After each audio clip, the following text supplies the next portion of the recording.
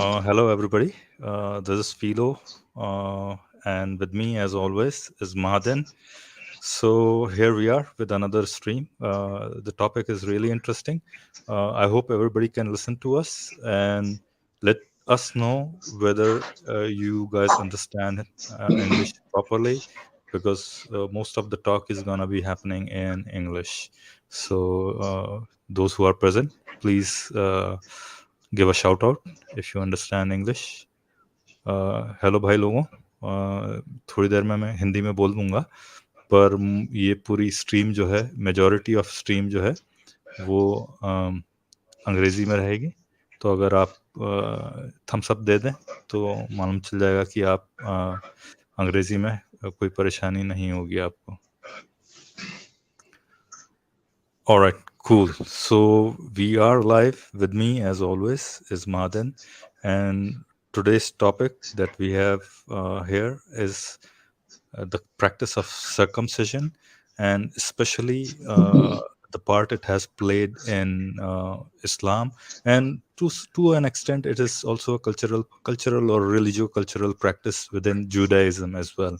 And so, what we are trying to understand here is, where did this practice arise from? Was it originally a cultural practice which was kind of integrated or involved into a religious practice later on, or was it a religious practice to begin with?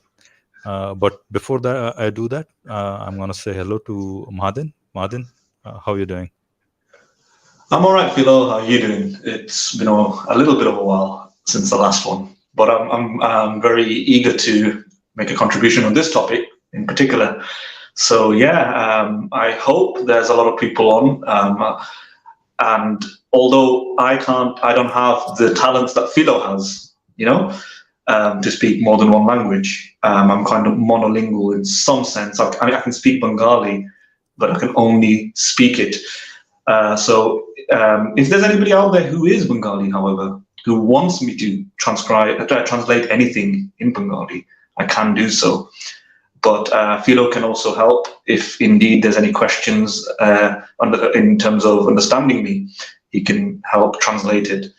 But yeah, most of this is going to be in English. But there's another little facet about this that's interesting. It's this topic in specific, at least the ethical element of it, was part of my dissertation when I was at university.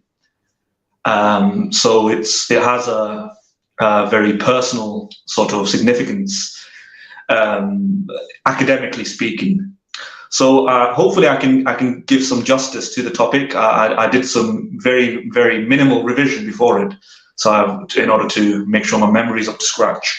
But we're going to try and give a very brief introductory as well, hopefully, and we want people to come on. Let's talk about this. Do you have different views? Do you disagree with what we say? Do you think circumcision? We're going to take the stance most likely that circumcision has some ethical problems. But do you think circumcision is a good thing? Is it moral? Should we subject people our children to circumcision? We want to hear it. We want you to come on. Let's have a little discussion. Yeah. Philo, you want to take over? Right, sure. And so I'm just gonna give a brief history of circumcision, basically. And what it is basically the practice was can be traced back at least to Stone Age, about 2300 BC or something like that, and it was practiced by Egyptians basically. It's found in Egyptian tombs, and it dates back to about 2300 BCE. However, the problem is there's no exact, there's no understanding of the exact origin of the circumcision.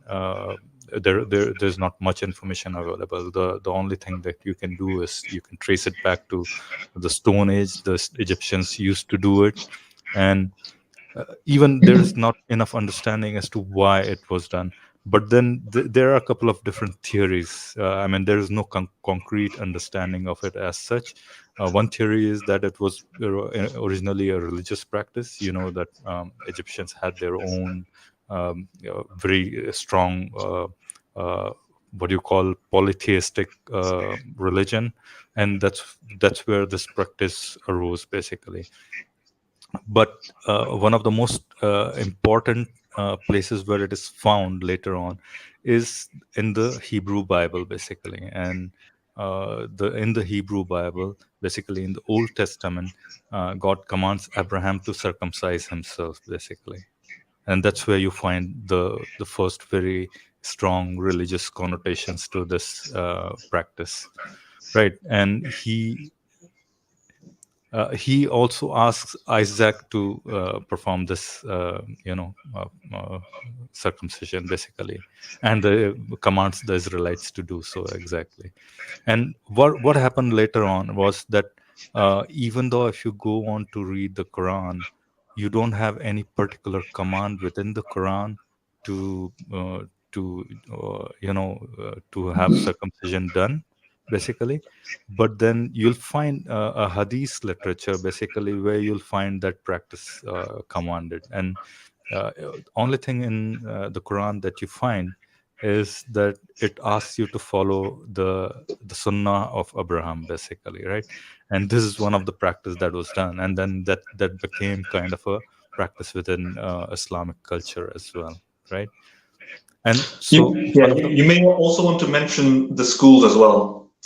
You yeah, know, those are the the liter yeah, Islam. Yeah. yeah, the schools were, yeah, there is a strength, you know uh, interesting thing about schools is there are a couple of schools. So in some of the schools, so this is the question, whether it's a first or it's a sunnah basically, and that's the question. Some of the schools of jurisdiction basically, they, and I'm exactly not really sure which ones, but mostly I think Hanafi school and Maliki school. I think that's in these two schools, it's an obligation basically. It's obligatory to Mm-hmm. perform circumcision.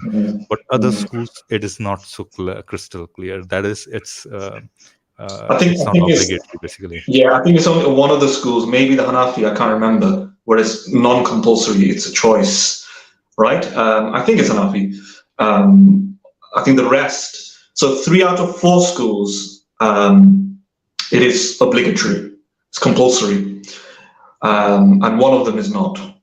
I think that. Right. So even regarding the Shafi school, basically, regards circumcision as binding, basically on all.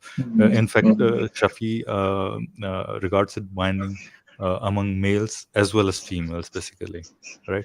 So, and even the Hanbali jurists, male and female circumcisions are considered legally obligatory, basically, right? So you have Shafi, you have Hanbali. In both, the jurists consider the female circumcision and male circumcision to be obligatory, basically, You wanna, do right? you wanna, So, you wanna say the same in Hindi if you want, if you want to just quickly eliminate them. Um, just say what you basically have said so far, and in Hindi. right. Yeah. So I think that's gonna be a little bit too much, right? If You we go think? on, yeah, Okay. You can I just don't know. simplify it. Make it like 10 to 20 words, if you want. It's Oh, up to right, you. Up to you. right. Yeah. I'm just being mindful of of our audience, just in case we want to have the cast the wide net wide, accommodate English speakers and Hindi speakers and so on. All right, there is a Yeah. request for saying it Hindi, so I'll say it. Yeah. तो There ये we go. ये जो ये जो खतने का जो रिवाज है, ये शुरू हुआ है। इसकी शुरुआत कहना बहुत बहुत मुश्किल है कब हुई, पर कहते हैं स्टोन एज के आसपास से कभी शुरू हुई है, और वो भी इजिप्शियंस जो थे उन्होंने इसको शुरू किया है। मतलब एटलीस्ट वहाँ तक के इनके ट्रेस मिलते हैं। शुरू कहाँ से हुआ है इसका तो कोई कहा नहीं जा सकता, पर इजिप्शियन के पास, और कह सकते हैं कि ये शायद एक religious as a religious practice शुरू हुआ, या हो सकता है कि ये कोई और किसी तरह से प्रैक्टिस शुरू हुई है। और इसका जो मेन जो एविडेंस मिलता है वो मिलता है क्रिश्चियन बाइबल से, और वो भी जो कि ओल्ड टेस्टामेंट जो जूइश बाइबल है बेसिकली, उससे मिलता है। और वहाँ पे अब्राहम को खतने के लिए कहा गया था। ऐसा कहा जाता है कि अब्राहम ने जो स्टोरी आती है, अब्राहम ने 80 साल की उम्र में एक कुल्हाड़ी से अपना खतना किया था बेसिकली। और गॉड की जो कमांड थी, याहवे की जो कमांड थी, वो थी कि अब्राहम सर्कमसिजन परफॉर्म करें खुद पर, आइजाक पर, आइजाक जो कि अब्राहम का बेटा था, और इजराइट्स को वो कमांड करे ये करने के लिए बेसिकली। तो ये जो पूरी स्टोरी है, इसका पूरा पार्ट एक्चुअली कुरान में नहीं आता है। इसका सिर्फ एक पार्ट जो आता है कुरान में, वो है कि अब्राहम की सुन्नत को आप फॉलो करो। और फिर आप जब हदीस लिटरेचर में जाओगे, सही बुखारी, सही मुस्लिम में आप जाओगे, तब आपको फिर ये स्टोरी आपको वहाँ मिलती है कि किस तरह से अब्राहम ने अपना खुद का खतना किया था बेसिकली। और फिर वो सुन्नत जो है, वो सुन्नत जो है, उसको जो फ़िकी स्कूल हैं, वो उन्होंने सबने अपने अपने हिसाब से अलग उसको बता दिया है। जो शफ़ी और हनफ़ी हैं, उन्होंने कहा कि ये ऑब्लिगेटरी है। बाकियों के नज़दीक जो दूसरे दो स्कूल हैं, हनबली और मलिकी जो हैं, उनके नज़दीक ये ऑब्लिगेटरी नहीं है ये, लेकिन सुन्नत है बेसिकली, ऐसा है। तो ये इसका एक ब्रीफ में मैंने इंट्रोडक्शन दे दिया है कि किस तरह से ये शुरू, पर इसके पीछे जो मेरी थियरी है कि किस तरह से ये शुरू हुआ होगा, और ये प्रैक्टिस शुरू हुई होगी उस ज़माने से जब जो कि ये इलाके हैं, इजिप्ट का आप इलाका ले लो या फिर आप सऊदी अरेबिया का इलाका ले लो, तो ये मेजॉरिटी जो एरिया हैं ये ड्राई एरियाज हैं, रेगिस्तानी एरिया हैं, डिजर्ट एरियाज हैं बेसिकली। और यहाँ पे अरब में अभी भी कई कल्चर्स हैं जो अंडरगारमेंट्स नहीं पहनते हैं बेसिकली, राइट। सो वहाँ पे अगर आप रेगिस्तान में जा रहे हो, रेगिस्तानी आंधियाँ चल रही, धूल चल रही हैं, आपके पास पानी नहीं है, आप अगर एज अ नोमैडिक ट्राइब हो, बंजारा अगर आप ट्राइब हो, तो आप कहीं ना कहीं आपकी बॉडी पे धूल लगेगी। और जो सेक्सुअल पार्ट है, आपका सेक्सुअल ऑर्गन है, वो सेंसिटिव जगह है। और स्पेशली अगर आप फोर स्किन की बात करेंगे, तो फोर स्किन के आसपास अगर धूल जम गई, तो आपके इन्फेक्शंस बढ़ने के चांसेस ज़्यादा हैं। और अगर इन्फेक्शन बढ़ रहा है आपका, तो फिर ये चांसेस हैं कि उसको जब नोटिस किया गया over a period of time लोगों ने कि हमें 2-2 दिन नहाने का वुज़ू करने के लिए, तो उनके पास जो पानी होता करते होंगे, पर डेजर्ट एरिया में आपको पानी बहुत ही चंद जगहों पर मिलता होगा, जिसे ओएसिस कहते हैं। मरुस्थल में जो कुछ चंद इलाके होते हैं वहाँ पे, तो अगर वहाँ पे ओएसिस थे, तो उन ओएसिस में भी आपको कितना पानी मिलेगा, कितने दिनों में आप पहुंचोगे। तो ये इन्फेक्शंस के कारण, मुझे लगता है, एटलीस्ट ये मेरी हाइपोथेसिस है, कि उस तरह से शायद ये प्रैक्टिस डेवलप हुई होगी कि अगर इसको आपने इस फोरस्किन को हटा दिया, तो आपके इन्फेक्शंस के चांसेस कम हो जाते हैं।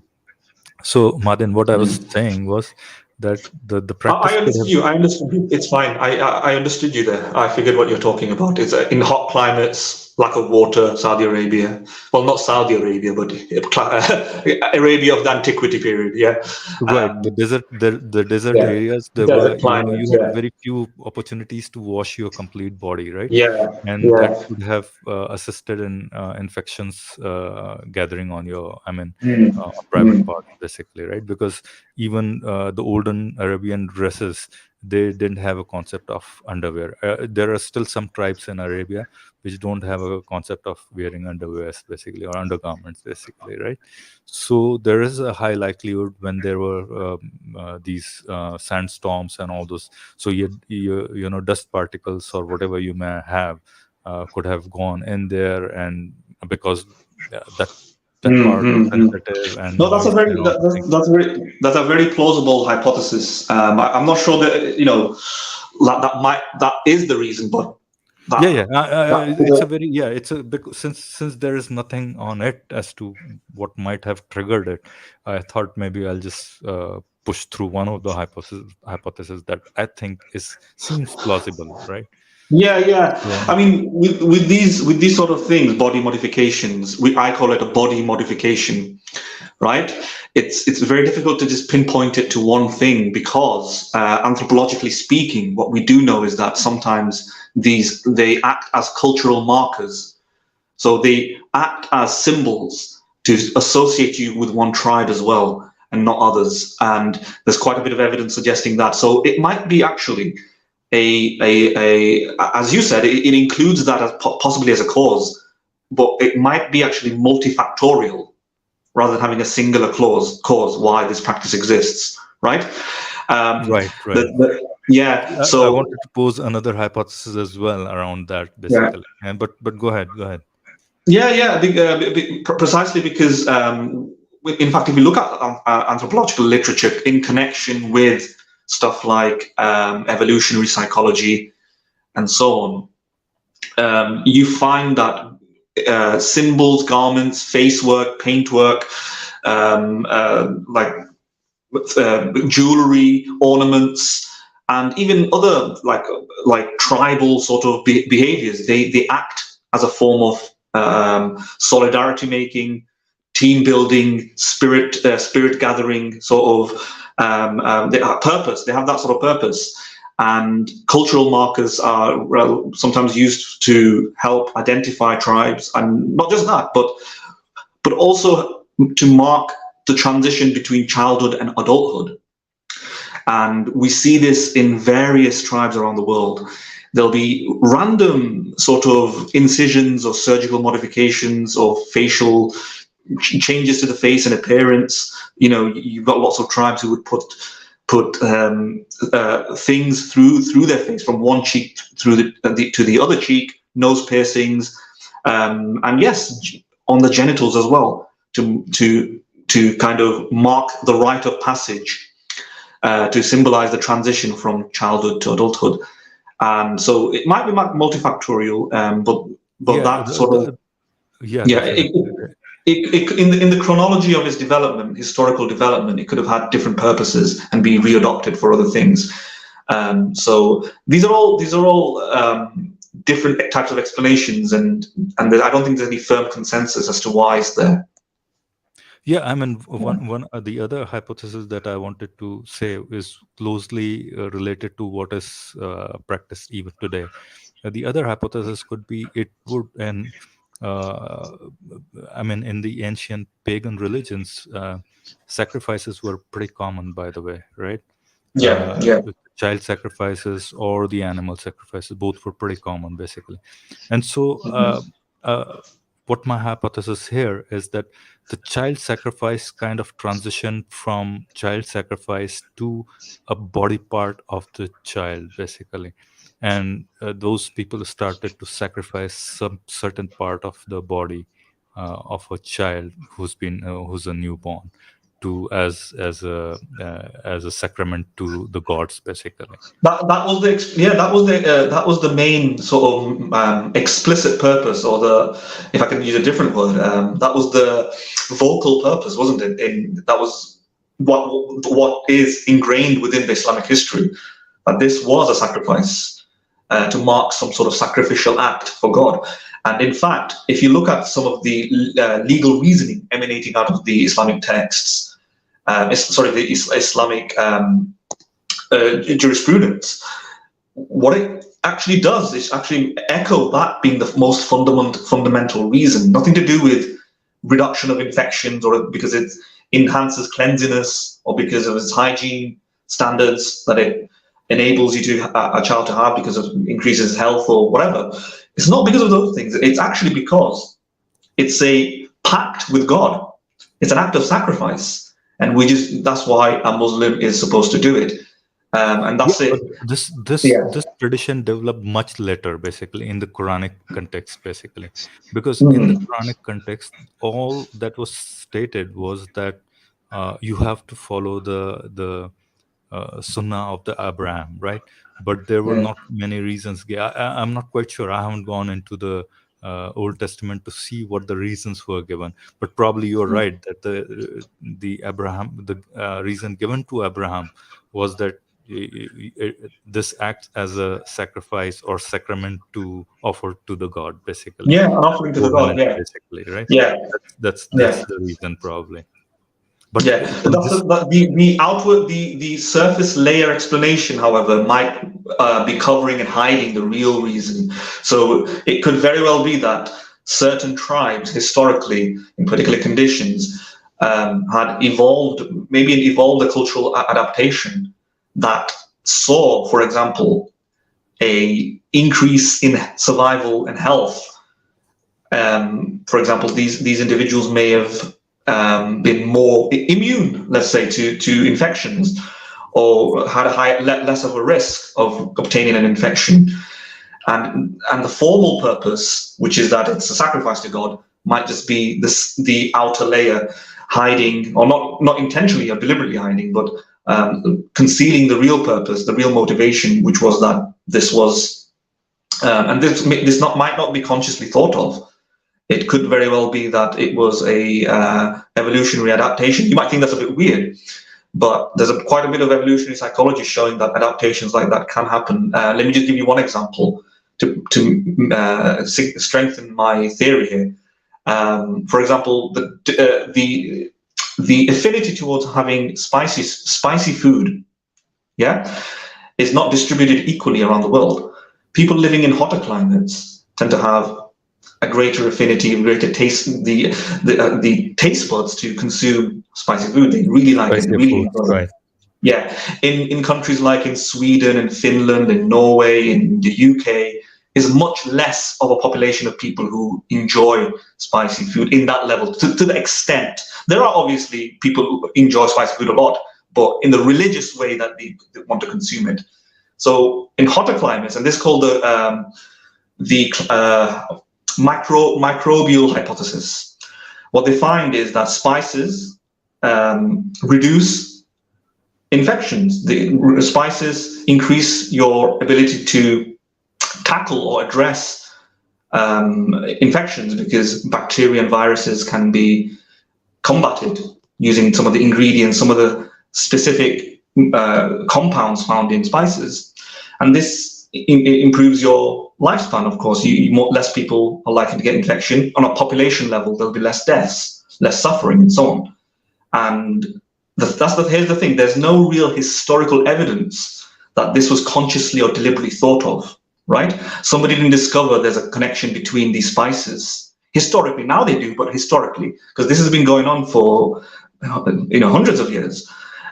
Historically, you don't really find these spices to be consciously detected or identified as being conducive to reducing infections. And your taste buds, well, evolutionary psychology and evolutionary biologists think these are quite not things that can just change with the culture so easily, or can't change with societal rules and so on and so forth, conditioning.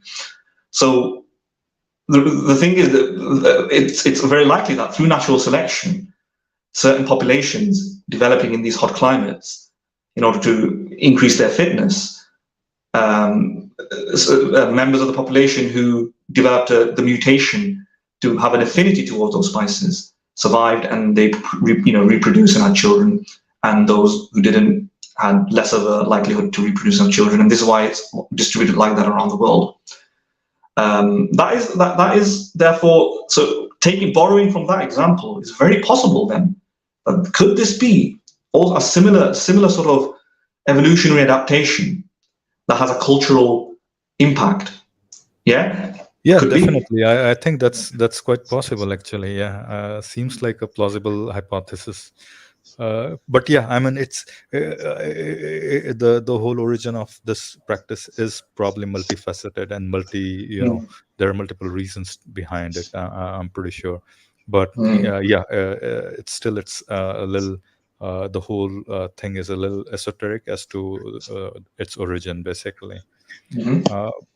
But yeah, I mean, so I think shall we cover the other side of it basically now then? Well, yeah. So In respect to this topic, everybody wants to know, for example, is circumcision right and correct? We generally give, we generally have been built up, have existed in a culture or a cultural climate that this is deemed acceptable, condonable, if not, it has to be tolerated because it's simply a parent's right to do this to a child, an infant, a newly born, etc. That's the generally accepted wisdom. It's a very, very sensitive topic, and we just think, well, it's a mere snip of the penis. It's just a tiny little bit of extra skin. It's like a haircut, right? You go to the barber, you have your haircut, and it's gone. Big deal. And worldwide, by the way, in terms of this, the practice of this stuff. At this moment, it's predominantly amongst Muslims in the Middle East. I think I would say more than 80% of the circumcisions are carried out there, and strangely, in the Western world, as an outlier and an exception, it is the United States of America. The United States of America participate in this almost religiously, I would say. Mahadev, can I stop you for a second? Yeah. Yeah. So you're giving these numbers. These are all in all male, female circumcisions, or you're talking just about? I'm talking about male circumcision. Yeah. So just to clarify, we're talking about male circumcision in this topic. As you can see, there's a male child there. Just in case any of the viewers, were confused. We are not gonna talk about FGM basically. Oh, we can. I think. Okay. Because people need. Yeah. We can probably take that up as a separate topic because that's gonna be a much more involving topic. Yeah. So for the timing, we're just gonna cover. But yeah, I mean, I understand your point that it's pretty common in pretty much Middle East and Africa. I think 80 to 90% of the circumcision rate is there, pretty much, right? Yeah. Something like that. In terms of, I'm talking about of the nationals, of the countrymen. I would say, upwards around approximately that number. Different data points might say something a little bit different, but there's more people who are circumcised, more males, men, children. Circumcision is a ritual practice. It happens systematically, and it's the accepted conventional orthodoxy wisdom. There is no real doubt. It's just a very normal thing. It's normalized, yeah. And in the United States as well, I think more than 60% of all males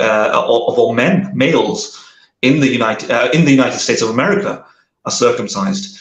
And in the US context, it's seen as a cultural practice divorced from religion. In other words, there's no explicit religious mandate that gets argued for to circumcise a newborn in the United States. Very strangely, it's just seen as a part of the birth process. You cut the umbilical cord and you cut the foreskin.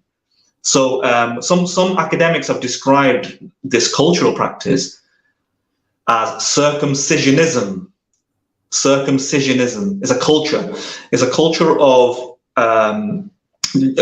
just assuming that the foreskin is not a natural, normal part of the body, and that has to be pretty much removed and discarded and disposed of because it's just like the umbilical cord. So it's actually a major surgery just after the male child is born in the United States. We've got a comment here. Let's give some regard to our audience. Yeah. This is from God. It's भाई x मुस्लिम साहुल के channel पर भी आते रहो और link अपने channel का share करते रहो. चैट में आपके पास बहुत इन्फॉर्मेशन है. इस्लाम की आयान की बुक देखी फीमेल सर्कमसिजन पर. हाँ, आप आयान हिरसी अली की बुक की बात कर रहे हो. आई थिंक वो जब किसी दिन हम FGM पे यानी कि अगर फीमेल जेनिटल म्यूटिलेशन पे अगर हम कभी बात करेंगे तो उस बुक को भी हम डेफिनेटली लेके आएंगे और उस पर भी बात करेंगे. आई थिंक वो एक अलग सेपरेट टॉपिक है क्योंकि वो बहुत बड़ा इशू है. जनरली मेल सर्कमसिजन फिर भी आप कह सकते हो कि तकलीफदेह नहीं होगा, और तकलीफदेह तो है ही, उसमें कोई शक नहीं होना चाहिए, इसलिए ही हम स्ट्रीम कर रहे हैं। पर FGM एक बहुत बड़ा इशू भी है, क्योंकि वो किसी अलग लेवल पे जाता है, क्योंकि आप वहाँ पे खासकर फीमेल ऑटोनॉमी की बात कर रहे हो basically, right? So Madan, did you get the gist of the comment Yeah, basically? yeah. So Yeah. he's asking us to look at the book by Ayan Hirsi Ali basically. So he's Right. talking about that book, and I think we should do What? about FGM as well at some point. Yeah. Is there anything? I think his name is God here, right? Yeah, God, yeah. So I never thought I'd ever meet God, but okay. So yeah. So nice to meet you, God. Let me just ask: is there something that you want to mention about the ANRCLE's book? Is there something that you want to talk about regarding female circumcision? Please feel welcome to talk about it. Ask us a question, maybe, if you want. Have you, Mahadan, come about her book? I think No, I've not. I've what not. she I've details, not. I think what she details, from what I remember, she details about her own story of Yeah. how she was circumcised. She comes from an African country, I think Kenya or Ethiopia. I'm not quite sure which one of these two, Ethiopia or or Kenya, one of these countries, basically. Hmm. And that's about her experience, basically, how she got genetically not genitally mutilated. Basically, her clitoris was removed, and then she was married at a very early age. She had to run away to uh, to Netherlands, and so this is her experience about her own life under the very strict Sharia controlled family and regime, basically. But this is from what I remember, basically, so we'll have to definitely look through it. But thank you, Godbhai. Thanks for your yeah, exactly, that's what he's written as well here. Book written by about Ayan Hirsi Ali, survivor of female genital mutilation, who fled from Somalia to the Netherlands. Right. Exactly.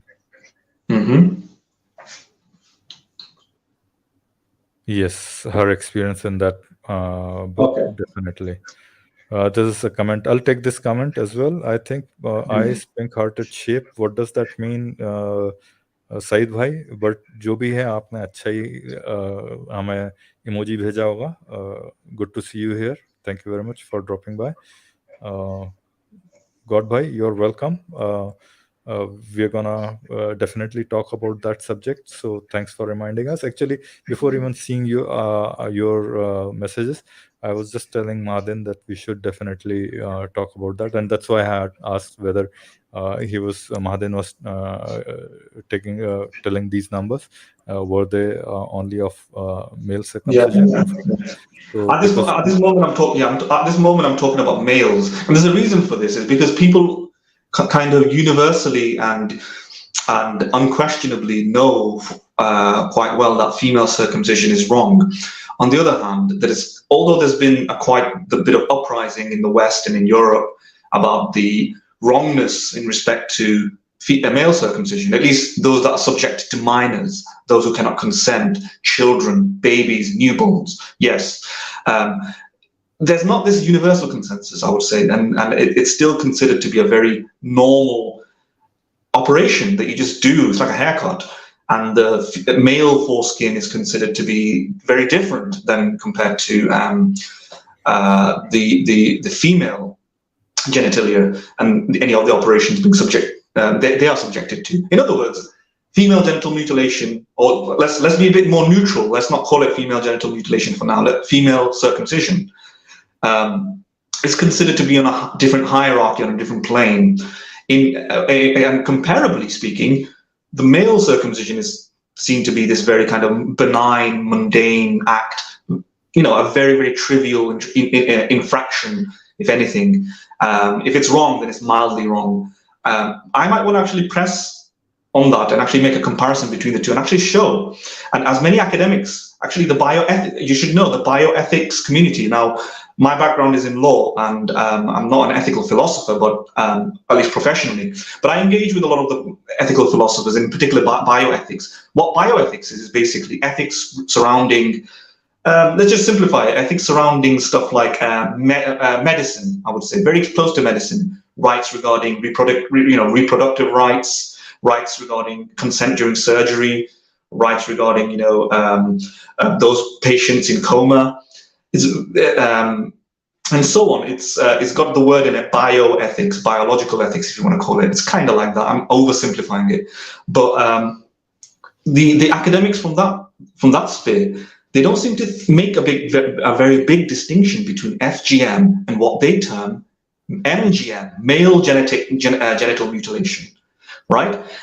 Yet the mainstream audience, the mainstream public consciousness is completely unaware of this.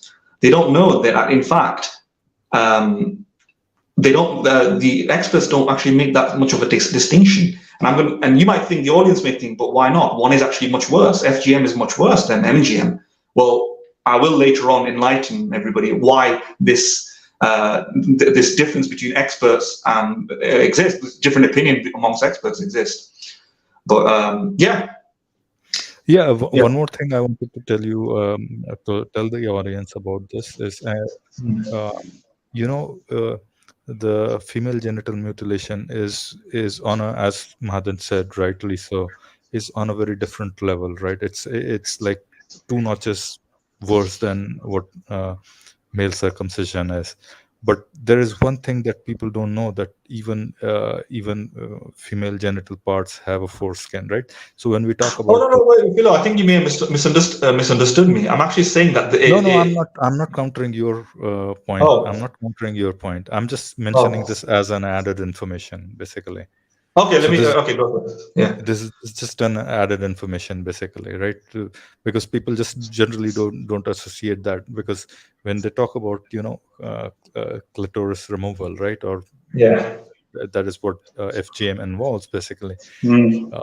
Generally, it's, of course, it is worse, but I'm just mentioning them that there is a physiological part within. No, what I'm saying is, just to be clear, just so we're on the same boat. What I'm saying is that all the general mainstream view is that all types of FGM are worse than all types of MGM, right? And what I'm trying to do is that's not a valid picture, especially not that is accepted by bioethicists, right? Right. So in other words, everybody seems to think female genital circumcision is on a higher plane than compared to male circumcision. And what I'm trying to argue is that that's not the case. Okay. Right? And I know that sounds a bit weird. I'm purposely presenting it like that, so you go, why? How is this the case? I'll believe you, because that's what I contested, basically. I think my contention was that FGM is on a little bit more level above, the MGM, but that is true. I hope MGM doesn't, file a case against us. MGM as in the MGM Las Vegas. Yeah, I know what you're saying. All right, go ahead, Mahadan. So let's get on to the problems with MGM, basically, right? Yeah. Just what I was, what I wasn't talking about how the practice is kind of distributed worldwide and around the world and so on. We barely see. So there is routine. It's called routine neonatal circumcision that is applied in the United States, and it happens on a routine basis. Yeah, it's part of the pregnancy process. As soon as the child is born, there's a snip.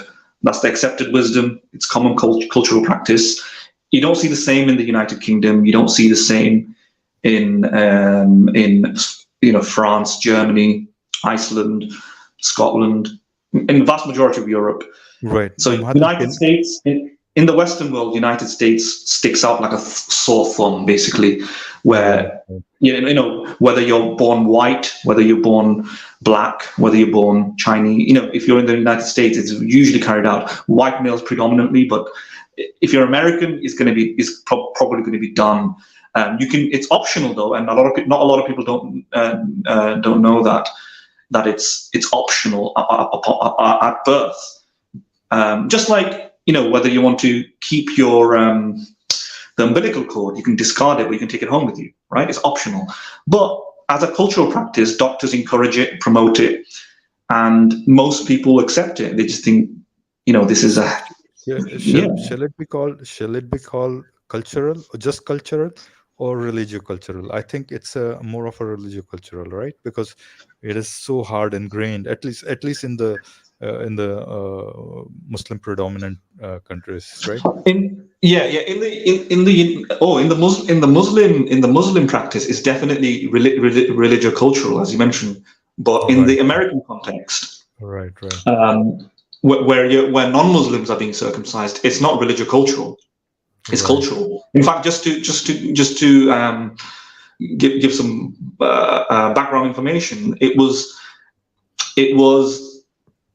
in the last 200 years. I can't remember the specific date. It was the founder of Kellogg's who advocated for it on a mass level, arguing that circumcision reduces the willingness to engage in masturbation. Right?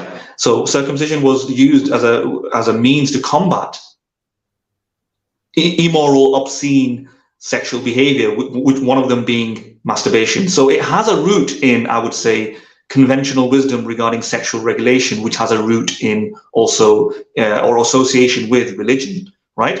Which tries to control and regulate sex. In fact, it goes back to Maimonides, who made the same argument, that circumcision dulls the penis. It kind of damages the sensuality of the penis, so that the penis becomes dulled and to pleasures and so on, so that the willingness to touch that area decreases. Maimonides, so the same argument made by Maimonides was echoed by Kellogg's. And when I say Kellogg's, do you know who I'm talking about? I'm talking about Kellogg's, Kellogg's cornflakes. Right, the Kellogg, the Chicago, the Illinois-based company. Right? Yes, but most unusual persons, and it kind of just took on like a cultural whirlwind in America. So if you notice, Americans are not Jews, as far as we know. Right. They're not. So it's not a religious practice. If anything, they're closer to Christianity, and Christianity doesn't really have such a mandate for circumcision, and yet. Right. So this is why I'm saying it's a cultural thing. It's more like there is a caveat. There is a caveat. Since Christ was a Jew, the picture that you see on your screens is a picture of circumcision of Christ, basically. That's why is it? I have put that for a religious significance. There is the picture you see on the screens right now. Is a famous painting by a 15th century painter. I see. It's called the title is Circumcision of Christ, basically. Okay. So now you see the significance, right? Basically. Those who follow Jesus should circumcise themselves as well. Exactly. That's like that's the sunnah basically for Christians. Sure. Yeah, exactly. That's like an interreligious debate. I don't want to really get involved with, you see. Some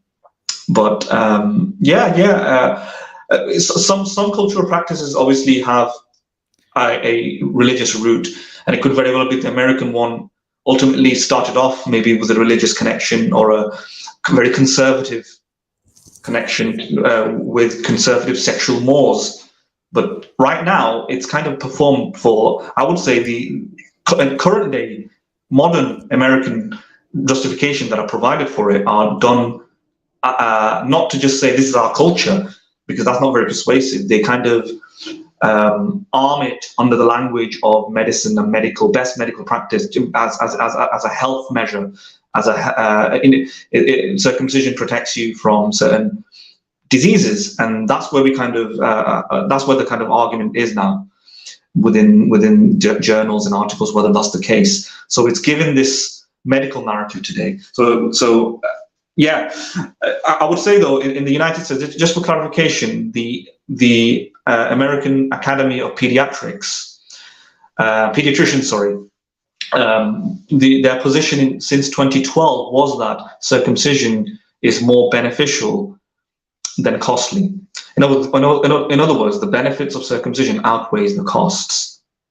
That was their position. Having said that, they had their license to make these sort of policy recommendations had expired, so they went beyond the protocol when they did that. And furthermore, that position has recently changed. They've been under litigation, and they were sued by many members, many people, many private individuals and companies and so on. They band together and made a lawsuit against them, and I can't remember the outcome of it. That put their position in 2022, last I checked, I think changed to that. Although we think they kind of moderated the position, although we think that the benefits of circumcision outweigh the costs, it should not. There's no reason why it should be performed routinely. So they've taken a step back. In the 2012 position was that it should be administered routinely at birth because it's just the best. And now they emphasize that because it's not necessary, it doesn't have to be performed routinely. It's up to you. So they've kind of, it's not the best concession, but they've kind of watered it down a little bit. And I suspect it will change. Reason being because America right now, the AAP is an exception to the norm. It's an outlier. Every single other medical body outside of the Middle East, I should say, outlier in the West, outlier in the West, every single medical body in the West, yeah, no matter where you go, Australia, New Zealand, Denmark, Holland, Germany, Iceland, United Kingdom, specifically the United Kingdom, the British Medical Association holds the position that there is absolutely no need to circumcise a baby or an infant or for a health-related reason. Routine circumcision is Madin, yeah. just wanted to intervene you for a bit, right? Why we are talking about this topic is it's important for audience to know this, right? The major reason is this is an Islamic practice, right? You and I mostly talk about all the religions pretty much, but Islam in particular, because that's the religion you and I know best pretty much, right? That's one of the reasons, right?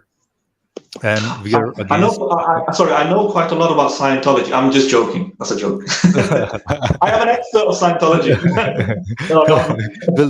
We'll talk about Scientology as well. Yeah. No, why I just wanted to pull that conversation back towards Islam, basically, right?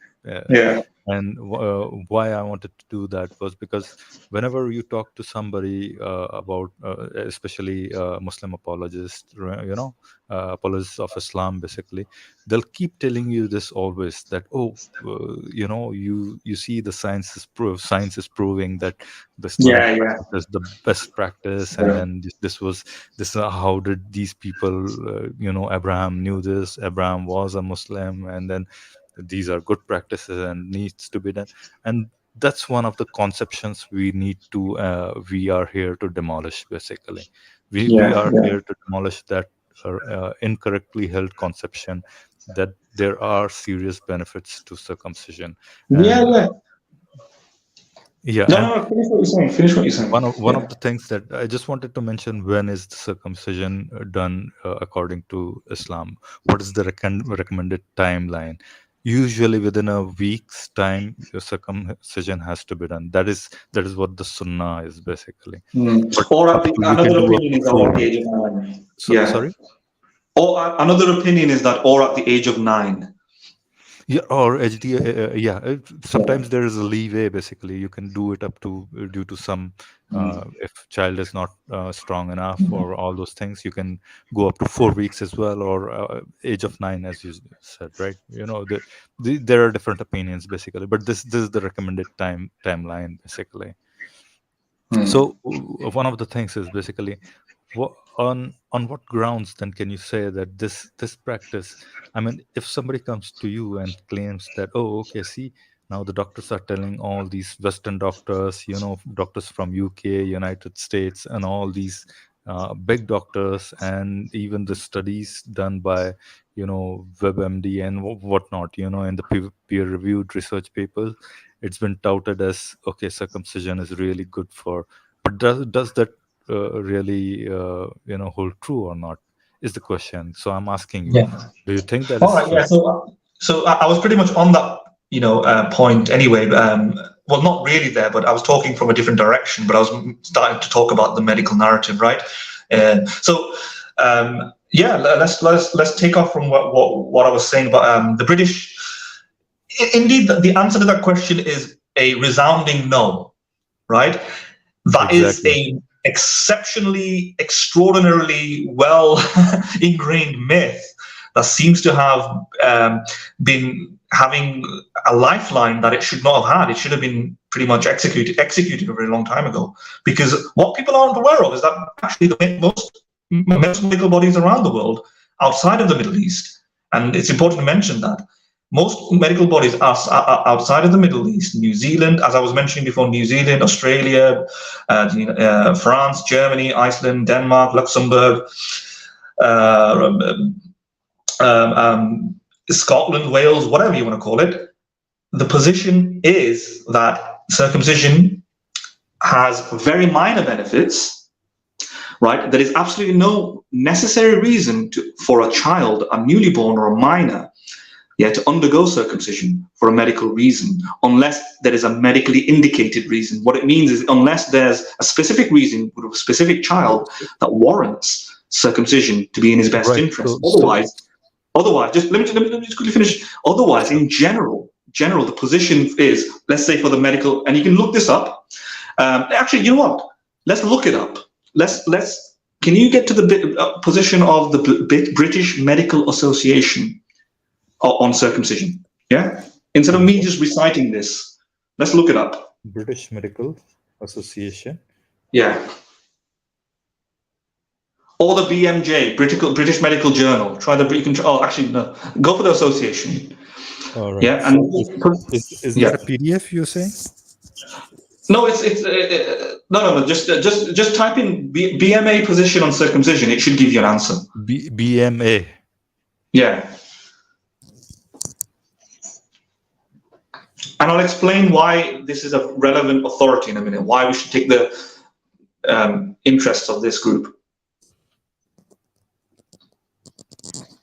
All right. What I see is a PDF. No, it should just be a link to their website. I saw a link, but it shows a PDF basically, right? Okay. You can open up the PDF if you can, and you might be able to see the conclusion or the abstract or something like that. All right, let's see.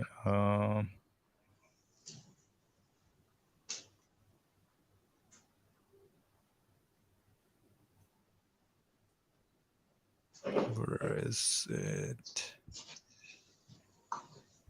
So whilst you look for that, what we should do is not refer to one doctor. We should not refer to our favorite doctor. We should not refer to my uncle Akbar, who is very interested in. And guess what? I actually have an uncle. Here you have. Yeah, I actually have an uncle. But you should not refer to your uncle Akbar, who's very interested in proving something right, according to his own desires and wishes and ideology. What we should do is refer to the vast majority of doctors, because what these sort of medical bodies do is they look at research papers, they look at the science, and they look at the consensus of many doctors. It's a collective opinion in a sense. And you get the opinion. So if you show, but my doctor friend said circumcision is in your best interest, it's better to do it than not, or it's necessary, or there's many fruits behind it, and you should do it.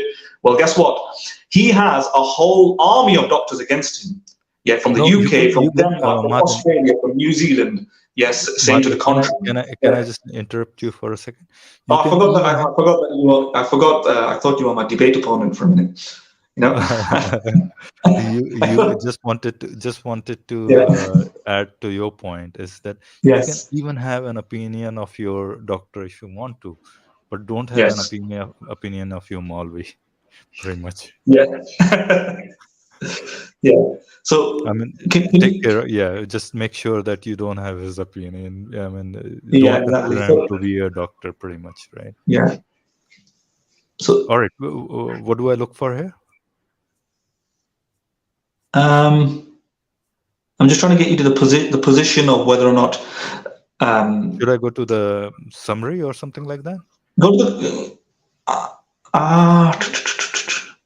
maybe you're on the wrong document. I think that just talks about circumcision itself. Go to the top. Yeah, it should be at the introduction. Okay, look, the BMA considers the evidence concerning health benefit from there we go. That's what you need. I don't Yeah, know I why you mean, missed this is that. probably somewhere. So it's taken from this PDF itself, right? Somewhere. Yeah, yeah. So just read that part out. That's fine. No, no, no, no. Go up, up, up, up. Yeah, From where you were this part. before. This is The somewhere BMA. in this PDF, basically. Yeah. Yeah, yeah. No, no. You just read that. That's fine. That's enough because they'll Right. people will pick it up. The BMA considers that the evidence concerning health benefit from anti-MC, and what is anti-MC is male circumcision. Right. Neonatal male circumcision. Yeah, Neonatal. That is neonatal. yeah. After birth circumcision. After birth Right. circumcision. Is insufficient for this alone to be a justification for boys undergoing circumcision. Right. Hmm. Hmm. In addition, some of the anticipated health benefits of male circumcision can be realized Hmm. by other means. For example, condom use, basically, right? That's. I Yeah. think we're going to get to it, basically. So go ahead, Madan, please. No, yeah. So if anybody wants to read more into that, Philo, can you just point them to that link? That link, yeah, that Yeah, one. the link Yeah. is. I So think what I'll do is I'll post the link in our so I just chat. want to also emphasize that this position is an agreement with, I would say, the world position. Yeah, and the World Health Organization, has also come to this conclusion. Okay, so now, so if anybody comes along and says, for example, a doctor said this or this paper, that look, the evidence is out there. The majority of doctors don't think circumcision for little babies male children is necessary or even beneficial. That the benefits, you don't need to circumcise somebody to achieve those benefits. You can do it through other means. Circumcision, therefore, is unnecessary. Okay, let me repeat. Circumcision is medically unnecessary. You don't need to do it. It's not necessary. Yeah, and I'll go deeper into that. I will talk deeper into that. Let Philo just post that link. Yeah, So the that BMA link is position on the is, screen, basically. And yeah, so anybody who wants to go and check it out, please go ahead. All right, let's continue then, Madan. yeah. So, the two ways to attack this practice, basically, this religio-cultural practice, basically, in particular within Islam, is that Mm, it has an ethical. It is wrong from an ethical standpoint, and then mm, also from a medical standpoint. Basically, there are some issues, right? I mean, you can't say that from a medical standpoint. Uh, your benefits to doing circumcisions really, I mean, they outweigh as if you're doing vaccination, pretty much. But of course, we are definitely gonna talk about those things. But in general, I think, yeah, from an ethical standpoint, how do you get the consent of a child? Basically, how do you and this is not something, it's not something like vaccination, basically, where what you're doing is basically the diseases that are going to be there. Basically, you can talk about measles, smallpoxes, or even what is that, polio. So we know that these diseases needed vaccinations because probably somewhere around 18th century, a large a huge number of children would die due to these diseases, right? And so any kind of a comparison made between the benefits of having circumcision done with respect to vaccination is unfounded, pretty much, right? Yeah, yeah. As you said, there is an ethical aspect to this and a medical aspect, but I would say they are intertwined. The you can't have medicine without ethics, right? So that's possibly the reason why. So here's how it kind of works. And let me before I answer the vaccine thing. In general, the idea is that when a child is born, you're born to a particular parent, etc., and the parent has the right to do whatever they wish. But in a democracy, I mean, and Philo, as you know, in a democracy, it's very different. We try to tolerate differences of opinions and so on, and different cultures can have their own sort of way of life, etc. So so in a democracy, you might think it's acceptable for one family to raise their child in one particular way and another family to raise their child in another particular way. The issue with that is, however, that the democratic freedom for multi-ethnic, multicultural, multi-religious traditions has limits and constraints. It's not unlimited freedom, right? You don't have the democratic freedom, for example, to raise your child in any which way you want. For example, let's say somebody decided to raise their child as a a, a circus act, right? Would that be tolerated? Maybe at the age of 5, instead of going to school and instead of undergoing an education, they want to be raised in a particular, as a circus theatre performance sort of situation. Well, the state would probably intervene. The law will intervene and interrupt that. Or suppose a child wants to be, you want to chop the arm off a child, rendering him a paraplegic. Well, I'm sure the state will intervene and stop that as well. So there's clearly some limits regarding parental wishes and desires, in order to how much freedom that we give a parent to Right. raise children.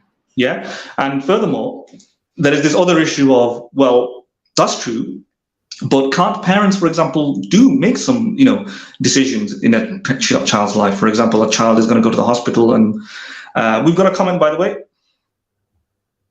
Yeah, there is a comment by God again, and he's asking a question. Bro, was Muhammad was circumcised before his birth? Because in Islam it is mentioned he was circumcised before his birth, or was he suffering from any penile disease? So yes, God. I mean, there are different views on this basically, and Ibn al-Qayyim has given 3 points basically, three different points on this basically, that he was either born circumcised, or that the Jibril circumcised him when he split open his chest basically, and the third point is that his grandfather, whose name is Abdullah al-Muttalib basically, he circumcised him according to their own customs basically, because they were uh, Abdul Muttalib's family was pagan. It is well known. I mean, at least it is portrayed that way in the literature, basically in the Tariq literature. So these are three theories, and it is also quite possible. I mean, you can say, if you're looking from a medical standpoint, you can say that there is a disease. What is it called? I can't recall it on top of my head, but there is a disease in which you don't have the foreskin basically, and you are kind of born circumcised in a quote unquote sense basically, but that is a disease basically. So somebody can question that as well. But see, these are the things which are very hard to ascertain historically, because there is no way you can know what was exactly the case, because the history was written much later. uh, Most of the hadith literature dates back to late late 8th century, early 9th century, or mid 9th century, pretty much, right? So it's very very hard to, earliest hadith literature is Sahih Bukhari, and Sahih Bukhari wrote those hadiths probably. I mean, it is dated to somewhere around 873, 878, something like that, right? But the problem is the other literature that comes, Sahih Muslim and all those comes from 9, 10, 9, 15, something like that, basically. So we have pretty these I might be sorry, I apologize, I might be getting these dates slight bit off, so I'll correct myself if I'm getting these dates wrong. But you have to understand that this literature was written at least 150 to 200 years after the events that they described, right? So these are then, they tried to find out how the circumcision was done, and they have these hypotheses. I told you, Ibn al-Qayyim had these three opinions on that matter, and yeah, but the possibility, I mean, uh, I'm not going to go and say that this was surely a disease, basically, because then this might be as if you are maligning a character of somebody that you don't like. I think what my take is, and very personal take is, uh, Huzur, Prophet Muhammad, should be taken as a historical figure with uh, due respect, because if we understand the history, probably that's the culture he was brought up in and grew up in, and the things that he did were in accordance to the time and place where he was born in, right? So if anybody's trying to judge him by whether he was infected with a particular disease or not, and all those things, I think that's unbecoming of an academic discussion, in my opinion, though. So yeah, that's what it is. Madin, you have any take on this, by the way? No, no, I probably don't know the answer to that question. So, no. Yeah, hopefully God, your question has been answered. Yeah, but Philo, I wouldn't be able to answer this question. All right, right. Go ahead. Then let's move on with our. Yeah. So just clear, as I was saying, in terms of the general position that we think that parents have in terms of rights over the children, the assumption is that the parent has quite a bit of rights, but we, in a democracy especially, where they have the choice and freedom to raise their kid in a manner that they wish and please. You can dress them in a particular way, give them different type of food. You can teach them a particular language, maybe even ingrain them in a particular sense of politics. But there are limits to this. Obviously, we don't have unlimited freedom in a democracy. For example, you don't have the right to, for example, keep a child out of school, chop their arm off, abuse them, raise them as a circus act. There's some limits. And there's limits for a reason. The state wants to intervene in order to protect the child, and so on and so forth. So before we think that we can kind of predicate the justification, the ethical justification for circumcision on a parent's right to do what they want on the body of their child, well, we have to remember that parental right is not an unlimited right. Secondly, a parent may argue, for example, that in a democracy, they still have some degree of custody over the child, in the sense that they can make decisions on their behalf that are in their best interest, and the parent gets to sign that off. So the parent gets to decide, for example, whether they want to let their child go to one school versus another school, etc. And you get parental consent, and parental consent acts as a conduit in order to get the child's consent. One very good example might be some forms of medical surgeries, because this is ultimately circumcision is a medical surgery in a modern context. And Right. sometimes, yeah, parents have a choice to decide in very, very ambiguous circumstances whether they should allow the child to be operated upon. But here's the thing, even that is not an unlimited freedom. There are instances and circumstances in which a parent's choice can't, for example, act as a conduit for a child. And there are very many legal cases and precedents that have been set in the West in very many jurisdictions. Let me just give you one from the United Kingdom, for example. You can't, the parent can't refuse surgery in a situation where a child will die without undergoing a surgery, like, for example, Right. blood transfusion. I want to bring a very extreme example here. Let me just quickly finish the point. For example, yeah, sure. Sorry. I thought you would address. For example, blood transfusion, Jehovah's Witnesses, right? And there's a particular case where they objected, saying that, look, it is against our religion for a blood transfusion to occur, but the doctors had determined that if this doesn't occur, then the child would die.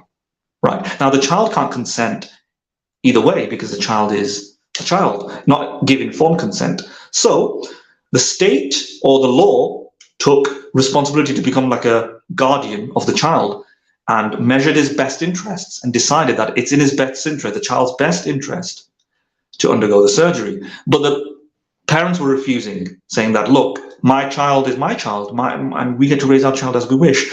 The democratic law said no. Although democracy has application in these countries, and you do have the freedom to decide how to raise your child, you don't get to decide to raise your child in a way that significantly harms him to the pain of death. And you can't just refuse consent. And the parents' wishes didn't matter, and the child was saved, etc. So this is a demonstration, again, of a limitation on a parental right or a claim over the child. The parent doesn't have infinite, unlimited freedom. But go on, sorry, Philo. Yeah, no, you gave a very good example there, right? I just wanted to mention, one example so that everybody understands how does it compare between these two. Just having a disease which needs to be, or having some surgery which someone must, which parents must agree to operate on, basically, because it's a life and death matter. Otherwise, this is not the same case with circumcision, basically, and that's why that contrast is needed to be had, pretty much, right? And which you pretty much explained pretty much here, right? So, yeah, there are quite a few different reasons why this is. Another reason that is given to justify it is HIV/AIDS, right? You can name all these diseases, the sexually transmitted diseases, the urinary tract diseases, HIV/AIDS, the penile cancer, phimosis, and what you may have, right? What not, all these diseases, right? But STDs, you want to go ahead with explaining those? Yeah. Just to continue, I'm going to bring that in right now. Let's just continue from why I was talking about parental rights and so on. Is that right? Obviously the example I'm giving here is that obviously a parent can't refuse life-saving treatment, right? And furthermore, a parent can't subject his or her child to life-endangering treatment for no reason at all. So clearly there are limits. So in a secular democracy, and the reason I'm talking about from a political point of view is that we're gonna show that what counts in a secular democracy probably also is a strong argument against theology and the theological basis of circumcision. But so in this sort of kind of liberal, and we call it a liberal paradigm. This is a kind of a liberal lens I'm engaging. What I'm trying to say and emphasize is that a child is an individual, right? A child is not the property of the parent, right? The child is not the arm of a parent. I am not the leg of my father. I am an individual with an individual brain, nervous system. I have individual feelings. If a brick lands on my foot, it hurts me mainly in a more sinister sense than my parents. So I'm an individual, and democracy understands that, recognizes that. And a parent doesn't have unlimited freedom. Like, as I said, a parent can't kill the child. And furthermore, we understand that a parent won't be able to remove, let's say, the arms of a child. Imagine a parent decides, as per their religious right, to handicap the child by removing his or her arms. Well, the child didn't have a choice in that, and he didn't have the informed consent. And by the time the child becomes an adult at 18 and 21, then they'll be like, wait, I don't have any arms. My parents took it away from me. I didn't get to make this decision for myself. Why did you make this decision? I am not well off now. I don't feel good. And in fact, mom and dad, the reason you did this, it has no basis. You did it for this particular culture or religion. I don't believe in that particular culture or religion. So when you have this sort of situation, the liberal democracy needs to recognize that everybody is an individual. What if they gave an argument that? What if they gave an argument that, we knew that your arm is going to become infectious once you turn? There we go.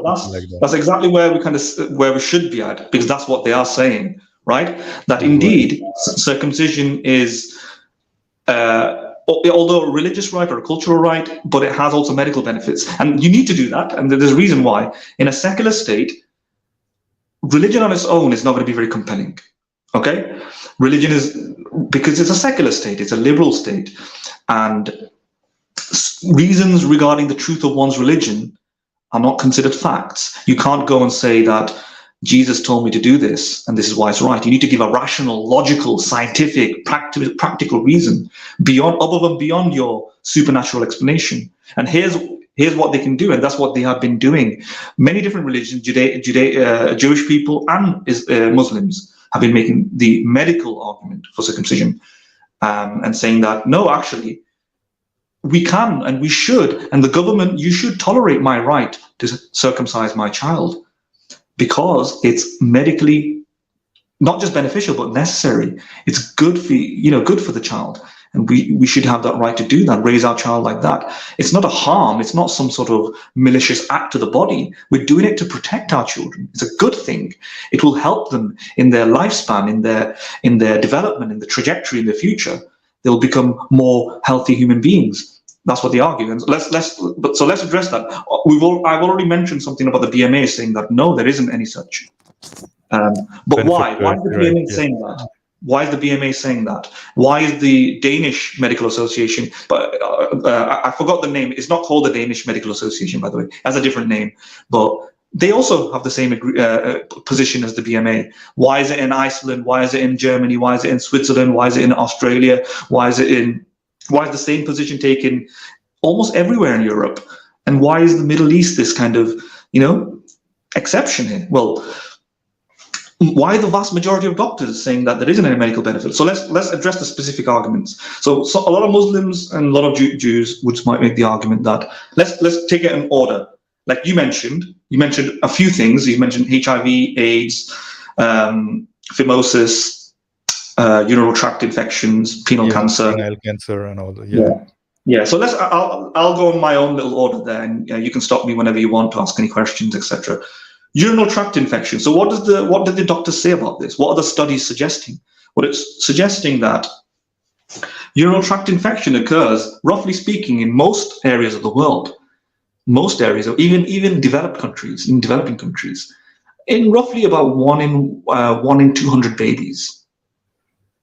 Right. Okay.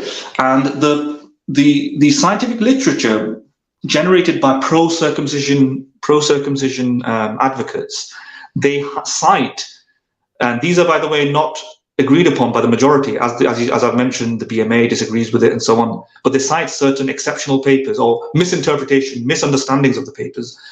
They cite statistical, I would say, sleight of hand arguments where they say, for example, circumcision 100% reduces your risk of urinary tract infection. And they're right, by the way, right? They're right, but it's a sleight of hand. Why is it a sleight of hand?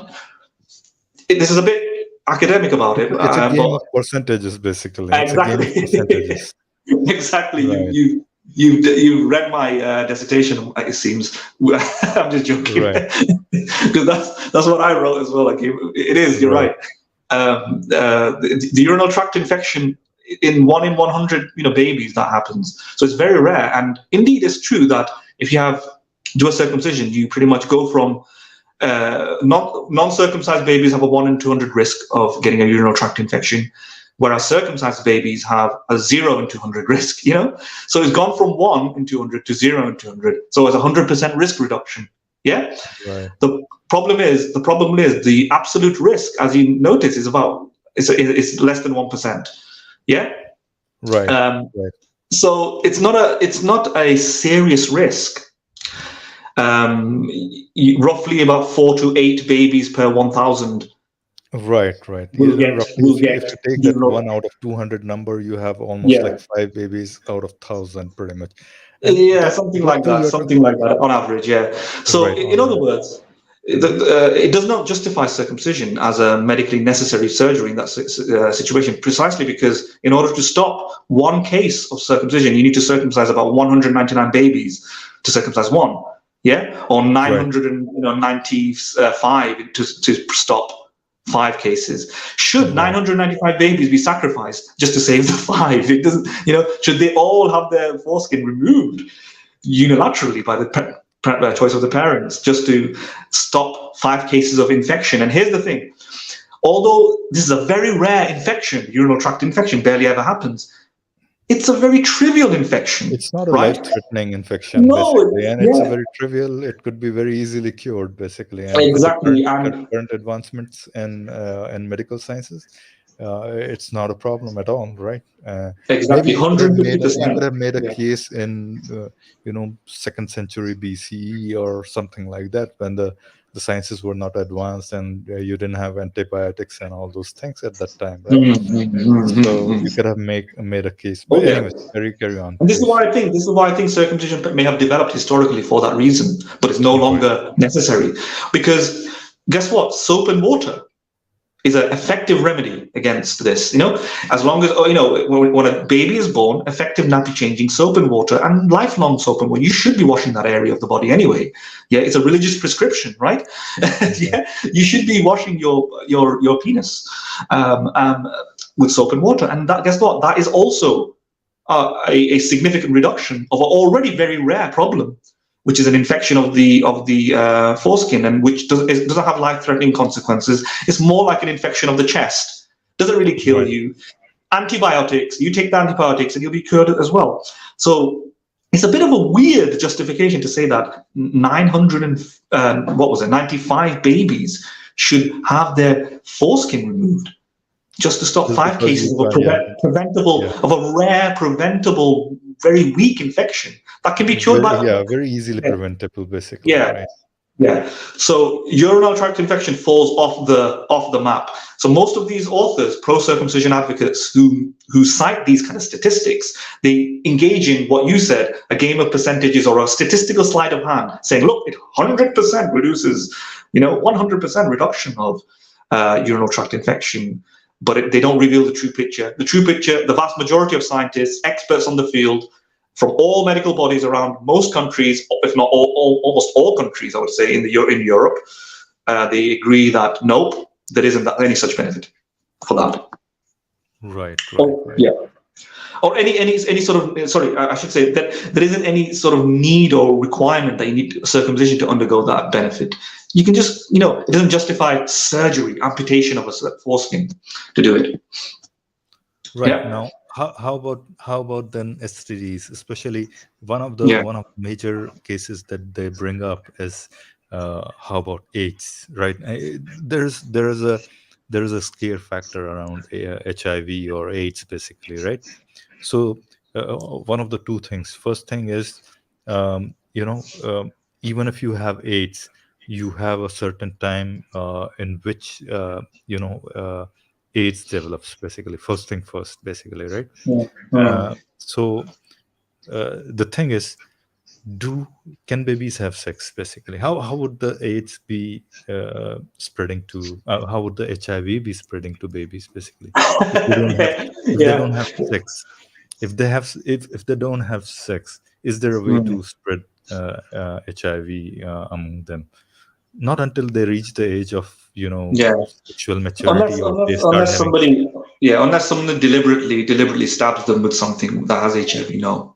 Right. I mean, you're looking at somebody you really, I mean, Yeah. then you're preventing someone from something that is pretty vile in a sense.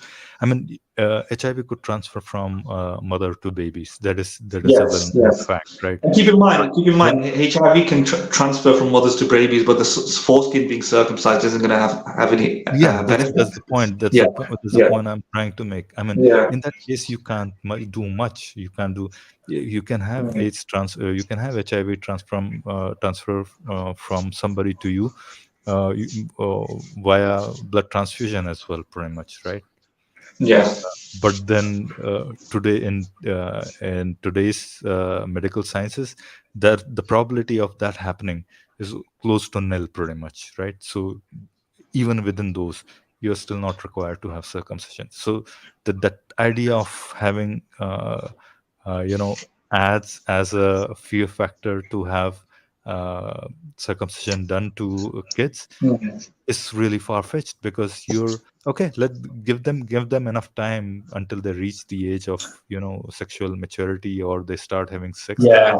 Now it becomes their choice, and they should be given a choice. Okay, now you have reached the age of maturity. You're gonna probably have involved in sexual practices. And when you're considering you know, Islam, basically, if Islam is at the forefront, you won't have sex before marriage for sure, right? I mean, if you are a very Yeah. practicing Muslim, I mean, if you are talking about general Well, population, the maybe STDs maybe and AIDS, Muslim societies usually boast about the very low STDs and AIDS rates in general, anyway. So they don't have a significant STD or AIDS problem, right? yeah.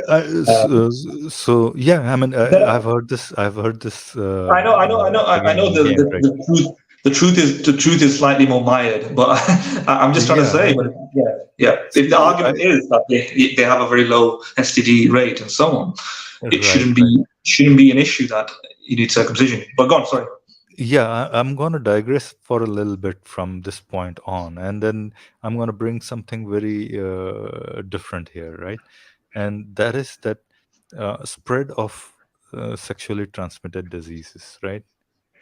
What does that tell you when you are having four wives, right? Who has a higher chance of transmitting STDs, when you have four wives or when you have one wife? Mm, Now now talk about some of the Muslim rulers or rulers all across the world. They used to have 20 wives or 25 wives at a time, right? uh, Even in the, if you go into the history, well, uh, prophet let me just prophet stop you Muhammad. there a little bit. Let me just stop you there a little bit. Yeah, Mhm. it's not just the wives that you've got to think about the concubines, but Yeah, yeah, so you're looking at a huge number, right? I mean, just yeah, including concubines, you're looking at a huge numbers. Their harems had like 50 concubines at a time, or something like that, even more probably at a certain point in time, right? So you're yeah. looking at a huge number. Now consider that your chances of whether you're circumcised or not, your chances of getting STDs with Mm. that many number of sexual partners are skyrocket to. I did some mathematics on this, and I said, okay, if Prophet Muhammad had uh, 20 wives, say, right? There are certain narrations where he's said supposed to have 20 wives. By the way, generally accepted number is 11, 9 or 11, right? You know that, Amadin, Mm, right? mm, But there are certain narrations where even he's supposed to have 20 wives, right? And then he had a few concubines. One of the very famous concubines, you know the name of, right? Maria Al-Qibtiyya, right? mm, But uh, now supposedly Khadija was his first wife, right? And Khadija had, prior to marrying Prophet Muhammad, she had uh, two or three husbands, right, whom she had divorced to. So, given this setup, what are the chances of having a sexual disease being transferred to one or more of these, basically, right? mm, Now, I did some mathematical calculation, and in the Levant area, in the Middle East area, at that time, around 6th century, 7th century, the prevalence of STDs was not uncommon. Not uncommon. It was not common as well. But let's suppose it was about 5%. That's what the you can find in certain medical texts, basically, right? So, given that 5%, if you add these many wives and all those encounters between those, when you add to those, your probability of infecting any STD go really skyrocket. Pretty much they become like 0.9 probability or 90% or something like that, right? So it's a huge probability. So the point of bringing this thing was to mention that if you're thinking circumcision from the point of view of preventing disease, what's happening here? Which has the probability of almost reaching to one of you having.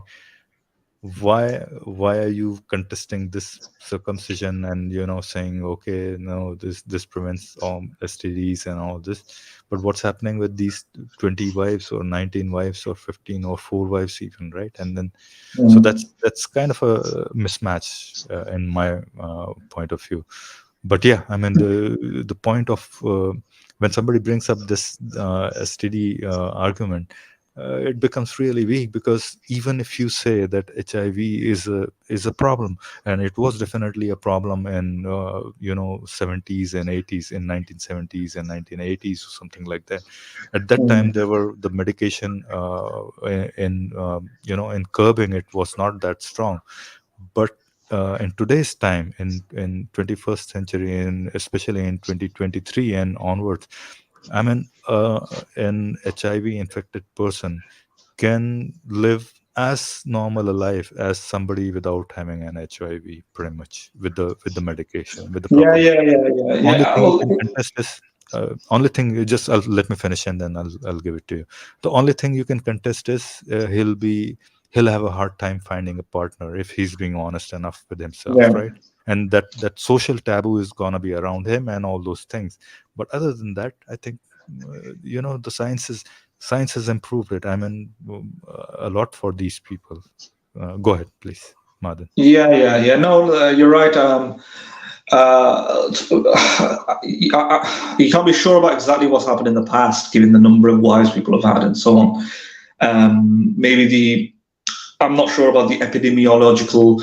What I mean by epidemiological is the infection rate and the variety of infection that would have existed at that time, and whether or not modern day societies have different level, ways and means of these infections and diseases to develop and travel. I'm sure you can do. I'm sure obviously they had a lower life expectancy in the past, but it'd be very interesting to see whether or not, like amongst the Islamic empires and reigns, if there is a link between people who had multiple wives and whether or not that led to the participants to have more diseases or something. Be interested to see if there's anything in history like that, because it stands to reason that it could be the case. No, I mean, syphilis, gonorrhea, and all those diseases were Well, there are were there, documented, right? Exactly. There are certain STDs that are documented, not particularly HIV, because then HIV has a very different symptom that people at probably that time didn't understand what it is actually. So I'm making a case for other STDs, but it is quite possible that even HIV was present at that time. It can't be denied, basically. Sure. Yeah, that's true. So just when it comes to AIDS, let's just go back to AIDS and circumcision very quickly, because we did go on a bit of a digression. When it comes to AIDS, HIV, some of the most pro-circumcision advocates, they would hold on to a landmark series of studies conducted in the sub-Saharan Africa. This was popularized by the WHO. The World Health Organization had also propounded upon it. And they made the argument. They make the argument. The World Health Organization has also endorsed the position that circumcision does, in fact, reduce the contraction of AIDS, HIV by 60%. Again, a marvelous sort of number. And it looks great on the surface, but doesn't look very good when you look deeper into it. So why is the WHO now still not recommending neonatal routine circumcision? And furthermore, why is the WHO? Why are other medical bodies not touting the WHO's, the World Health Organization's finding about reduction of, right? Yeah, reduction of AIDS by 60%? Why are they saying that babies should do it too? Perhaps because it wasn't conducted on babies, right? These studies, they were on adults, so they can't make that extrapolation from adults to children. But furthermore, there are also many other issues. For example, the authors Hill and Boyle, or maybe Boyle and Hill, depends who's the boss here. I don't know. They looked through the studies, and they made a critical study of the WHO's position on the recommendation of sub-Saharan people, males, to be circumcised so that they can benefit from this protection against AIDS. But they looked at the studies, and they found that these gold standard studies actually were filled with methodological errors. First one, there was a lead time bias. For example, the circumcised group versus the uncircumcised group. The circumcised group were in bandages after being circumcised and being treated in the hospital, whilst the other group were on their way having sexual relations, right? So one group started having sexual relations earlier than the other one. The circumcised group started last. Right. So there's more time, right? And I'll explain why this is relevant in a second. Also, the circumcised group was given educational materials, how to use contraceptives, how to maintain hygiene standards, how to take care of themselves properly, what is the best way to reduce AIDS, and so on and so forth. Very, very educational lessons, whilst the uncircumcised group was not. The circumcised group did not have a placebo control. Right? They could have been subjected to the placebo effect, and the placebo effect is when you psychologically believe yourself in a particular way, and you act, you feel better as a result of that. So a placebo just is a bit of a digression. I don't want to really explain placebo, but a placebo is like when let's say I give you a pill to consume. The pill doesn't do anything. You consume the pill, but I tell you it's medicine. It's a fake medication, basically. It's a sugar pill, you can call it, basically. Yeah, it's a decoy. It's a decoy. It's not real. Yeah, see, in Indian subcontinent, the language sugar pill is used more commonly. Sugar pill. Yeah, sugar pill. It's a sugar pill. No, it's not a sugar pill. Basically, it's not a sugar pill. Okay. It's a placebo. It feels like as if it's a medication that's gonna cure you, but it doesn't have those salts, basically. The salts that are gonna have an effect on the disease, basically. Okay. Right? So these particular studies didn't have a placebo. Sorry, just making a point, Mahadin, about that sugar pill. The digression. The sugar pills are usually mostly those homeopathic medications, and India is a big sucker for those homeopathic medicines, even though at least from my perspective I consider them to be pseudoscientific methodology, homeopathic. But anyways, carry on, right? I think we should aim to finish it in like 5 minutes or so. Then it's already like 1 hour 40 minutes, right? Yeah. So it's somewhat from lead time bias. Sorry, I've said lead time bias. Placebo bias. They didn't have a placebo control group.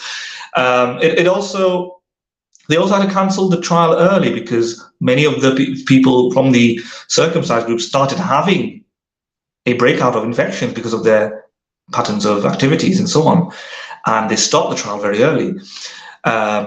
So it's saddled with many methodological errors that the WHO did not overlook or give nuanced treatment to, very clear, accurate, precise treatment to. The most fundamental mistake was that, again, that 60% touted figure between the groups, the circumcised group had a 60% reduction in AIDS. It's a relative risk reduction compared to the non-circumcised group. But the problem is, although that 60% reduction is a relative risk reduction, it's not an absolute risk reduction. The actual number was by just 1%. In other words, because the risk of AIDS is rare anyway in Africa, although it's more prominent in Africa than other countries, it's still relatively rare even in Africa, and Right. it only had a very slight reduction in absolute numbers. So Boyle and Hill really kind of cracked that nut and showed that these studies that are saddled with many methodological problems, and therefore cannot be, we can't say that this is a testament to the circumcision reduction of AIDS, because it was a very slight reduction of a very rare disease in a different climate. But then again, even if we took that as sound, even if these studies were reliable, the 60% reduction and so on is only applicable to a sub-Saharan context. You can't, for example, copy and paste the results that are found in one epidemiological microbial area of the world, where the microbes and the diseases and habits and behaviors and the cleanliness and hygiene standards and the customs are very much different, and the infection rate is very different, and then apply those findings to a completely different country, even India, even Jamaica, even Europe, which has a very much lower STD and AIDS, HIV rate. So it's inapplicable outside of the sub-Saharan context. Whilst the WHO never advocated beyond that, people, I would say, advocates of circumcision try to borrow the findings of the WHO here in the sub-Saharan context. They try to apply it elsewhere, making a universal case for circumcision and for babies, nonetheless. And guess what? It doesn't apply in a developed country. It doesn't apply in many developing countries outside of sub-Saharan context, and furthermore, it doesn't apply for babies at all, because babies are not an STD or AIDS risk. Right. Exactly. Yeah. I mean, that's one of the things I think we touched upon earlier as well, right? Yeah. Yeah, I think so. There is an argument to be had. Basically, what are the cost benefits of circumcision, and we need to consider those cost benefits. Are these cost benefits really strong enough to say that okay, we need to remove certain part of human body, basically, or we should say okay, let them grow up to a certain age and then let them decide for themselves, basically, and that's what I think we agree to. Well, let me just say, if you remove your child's earlobe, right, that would be ethically wrong, right? Precisely because he never had a chance to decide whether he wants to retain it or not. And here's one of the biggest things. Just as you mentioned, I'm jumping off your point. Right. These medical bodies, when they make a decision whether something is necessary or beneficial, or we should undergo it through an operation or not, they have to. There is an underlying cost-benefit analysis. They have to do it. Therefore, bioethics or ethical standards are implicated in the process by definition. They can't escape it. Happens when you go to the doctor. You need to get this tooth out, or you're going to suffer. Well, if you don't take the tooth out, you're going to suffer extraordinary pain. On the other hand, if we take the tooth out, you're going to suffer maybe moderate pain for about 20 seconds. Yeah? And therefore, it's better that you take the tooth out.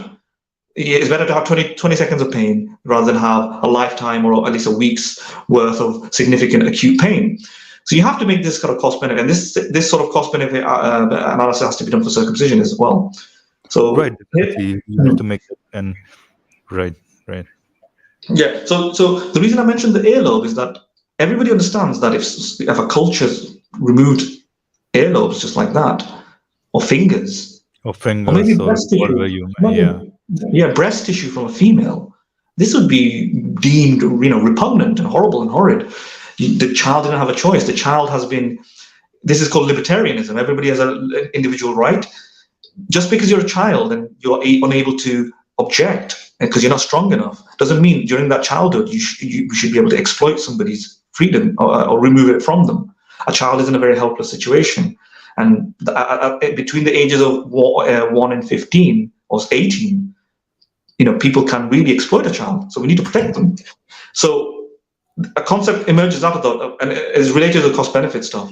A child should have a right to an open future. We shouldn't do things to a child.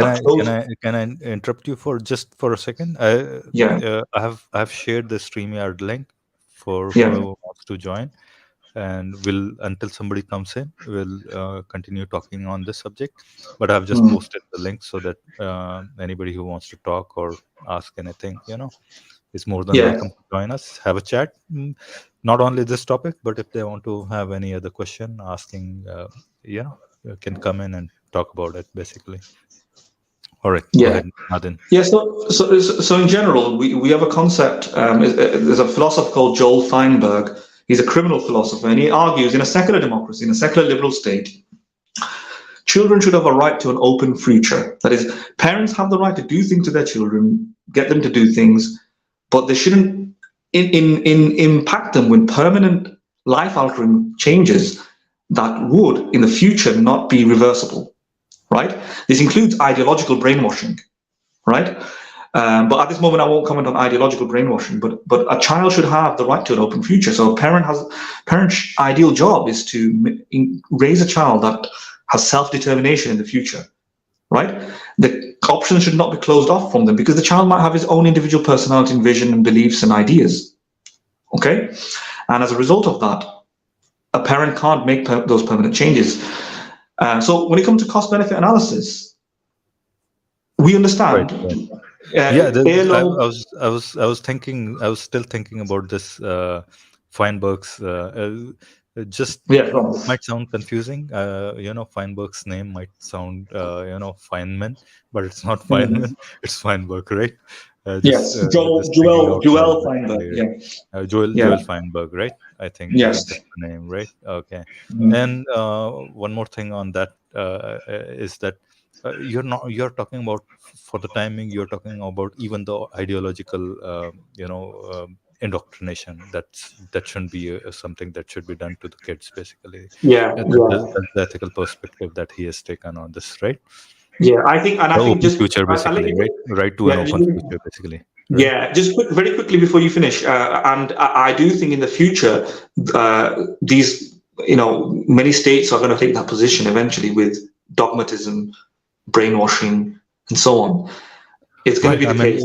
If you keep Feinberg's principle, right to an open future, basically, in that sense, you have to give leeway to, in a sense, quote unquote, indoctrinate your kids into religion, right?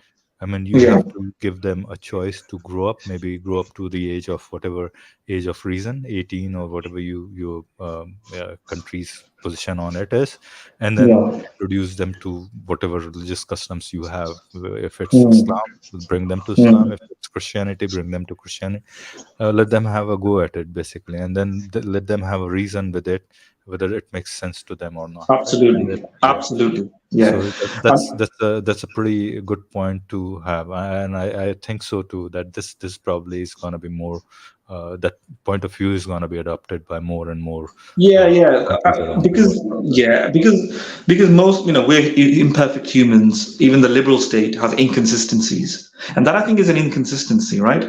I think a true liberal state should adopt that view. However contentious and controversial it is right now, it probably won't be able to do it. It's not going to have any political backing for that, I think it's not going to be easy to implement that principle, basically.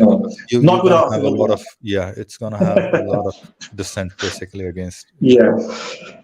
But hallmarks of that principle is still present, right? It's just not gone the full throttle to stop ideological brainwashing, but other forms of permanent changes are implemented, I would say, adhering to obeying this sort of harm principle, some sort of open right to an open future for the child type of principle. Because that's what our intuitions, when I give you the example of removing breast tissue, removing earlobes, suggest, right?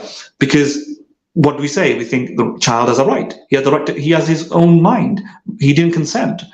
Does he want to have his earlobe removed? If I had said, though, the child is undergoing a haircut, you don't have the same feeling, the same intuition, because the hair will grow back, right? It's not permanently removed. So even though the child is having a haircut in a way that he may, we might not be able to tell whether he's going to like it, at the very minimum, yeah, it's temporary. It might still be, there might be some immorality with it, but at the very minimum, it's still temporary. Or even like a nose, ear piercing. The wound can close. It can grow back. It's not permanent and irreversible. But on the other hand, removing a finger, removing the earlobe, or removing the foreskin, these are different, on a different league, and that involves permanent change. We have a guest. Right. Hello, Dark Soul. How are you doing? Hello भाई, How are you How you doing? doing? वो साहिल भाई के channel से आया था, मैं आप okay subscribe okay. करा। आप हिंदी में बात करोगे, अंग्रेजी में बात करो? अंग्रेजी समझ में आ जाएगी आपको? नहीं? हाँ, लिटिल बिट। ओके ओके, चलो चलो, ग्रेट। बताओ, आपको 2 मिनट एक और चीज बता दूं, उसके बाद फिर आपसे बात जी करते हैं। भैया, आप पूरा कंटिन्यू करो, आप उसके बाद थोड़ी बात करनी है बस। अच्छा, ठीक है ना, 2 मिनट आप दे दो मेरे को। So, ठीक है। Madin, sorry, did you have to interrupt? Do you want to finish what you were trying? Give me about 2 to 5 minutes. Maybe I'll finish in 2 minutes. Yeah, I'll be very quick. Sure, Yeah, sure. and then we can take our very welcome guest. Sure. So before I do that, what is he okay to speak English, or is it mainly Hindi?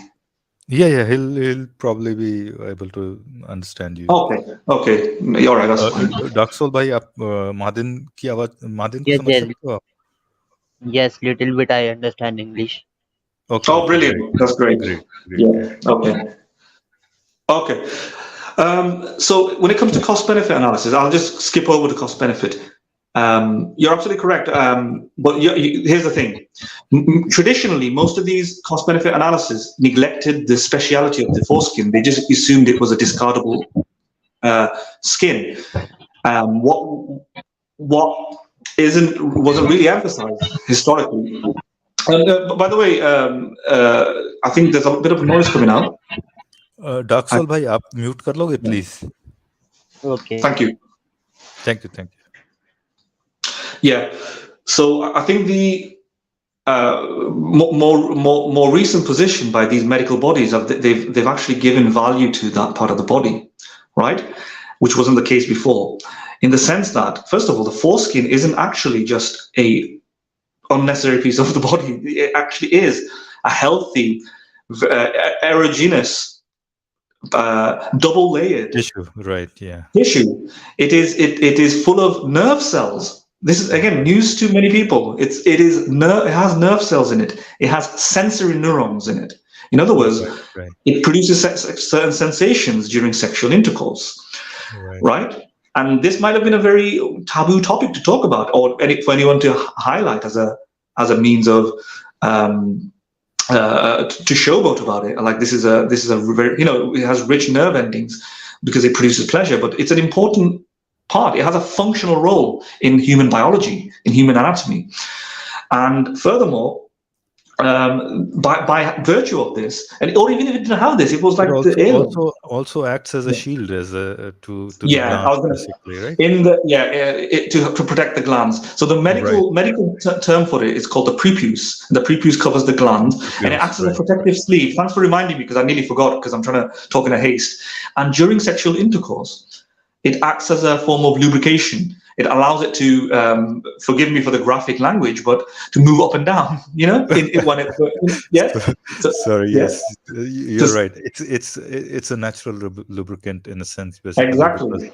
Yeah. Exactly. Yeah. True. In other words, you may not need lube, but right. but whatever. Yeah. Okay. If there's any kids watching, it's time for you to go. No, I'm just, Yeah, those who want to read a little bit more about the pros and yeah. cons, of course, I mean what we have covered here. Martin, you want to add something more to it, or should we? Very quickly, yeah. Because Sure, sure. so in a cost benefit analysis, you have to put down that as a cost, and in fact, therefore, every single circumcision involves a cost. So that's the thing. Tradition. This is why these cost benefit analysis in the past got it wrong. Yeah, they thought the benefits of circumcision, even if they're rare and small, is justified. They just compared it to the fact that the foreskin doesn't have any function, right? And therefore, even if there's Right. a 1 in 1,000 reduction of risk of a rare non-lethal disease, the foreskin doesn't do anything, so forget it. Actually, no, the foreskin has rich nerve endings, and most people who are circumcised probably don't have a frame of reference to compare what their life was like when they had the foreskin, because they were babies and it was removed from it. So they can't make a compare and contrast case where they go, oh, actually, I have reduced in pleasure or sensations or feelings. So in other words, the cost benefit analysis now has changed as a result of this knowledge, a knowledge that was really suppressed and buried underground. Really, then, is every time you commit a circumcision, every time you conduct a circumcision, you are taking away, you're handicapping, you're disabling part of the penis. Imagine that. You actually, people don't know this, you are disabling the penis a little bit, yeah, from the rich experiences that you could otherwise have had. And so when you put that in the cost column, and then you have other problem costs as well, because when you do a circumcision on a baby and you're very young, it's very hard to determine how much of the circumcision. We'll talk about undoing a circumcision. It can't be done in a minute.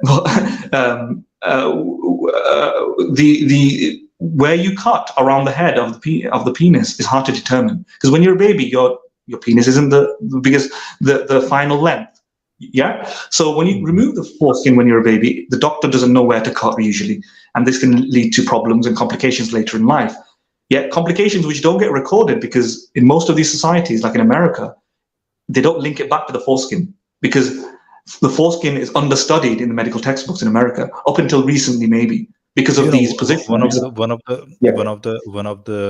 side effects of the very important thing that you mentioned is the doctors sometimes don't know where exactly to cut the skin, and if you cut the skin, a little bit more than it should be, you have two problems. One is your penile length becomes lesser, so you are, it's a big problem among men, especially because they always have this, what do you call, the inferiority complex regarding their own member, basically, because they're circumcised now, and it is proven by studies that if you're circumcised, you lose a certain length, basically.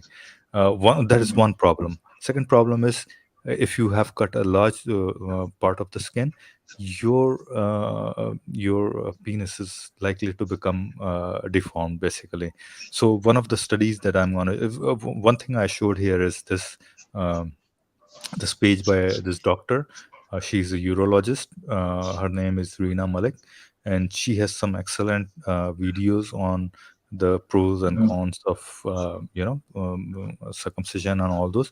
If you want to go through a few of her videos, that's gonna be pretty awesome, because she explains it in a very matter-of-fact way, which is pretty educative, I think. And so that's why I wanted to show this to you.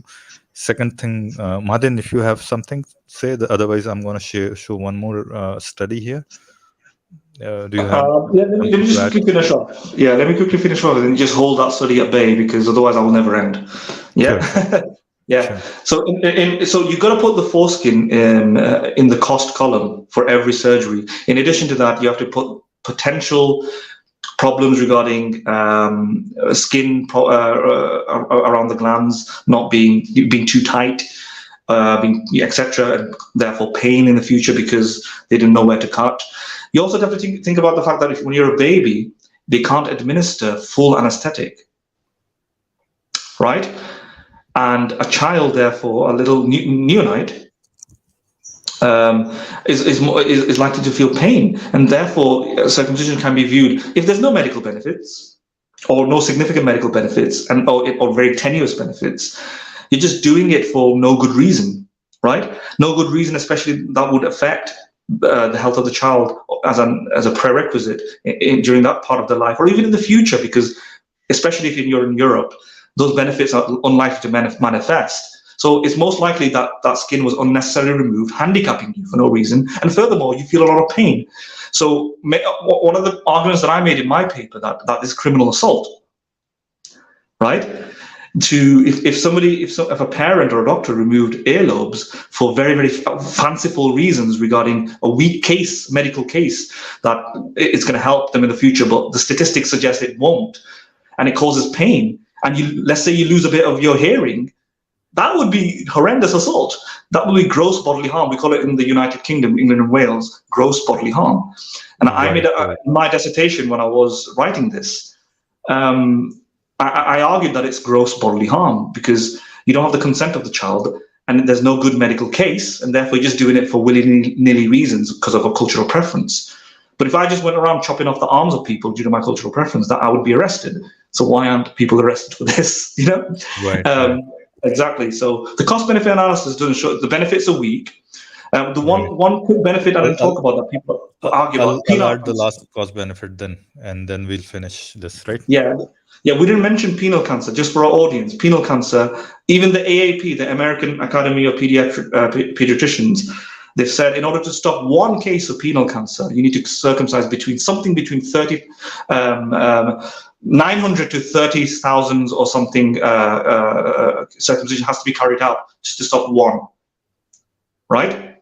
Right. So that's penile cancer covered, AIDS covered, STDs covered, urinary tract infection covered. We didn't talk about phimosis, but phimosis, again, non-life-threatening, non-lethal. Phimosis is like very minor among the minor, pretty much. Phimosis. Yeah, and it's rare, and it's kind of rare. I would say it's not that rare, but it's quite rare.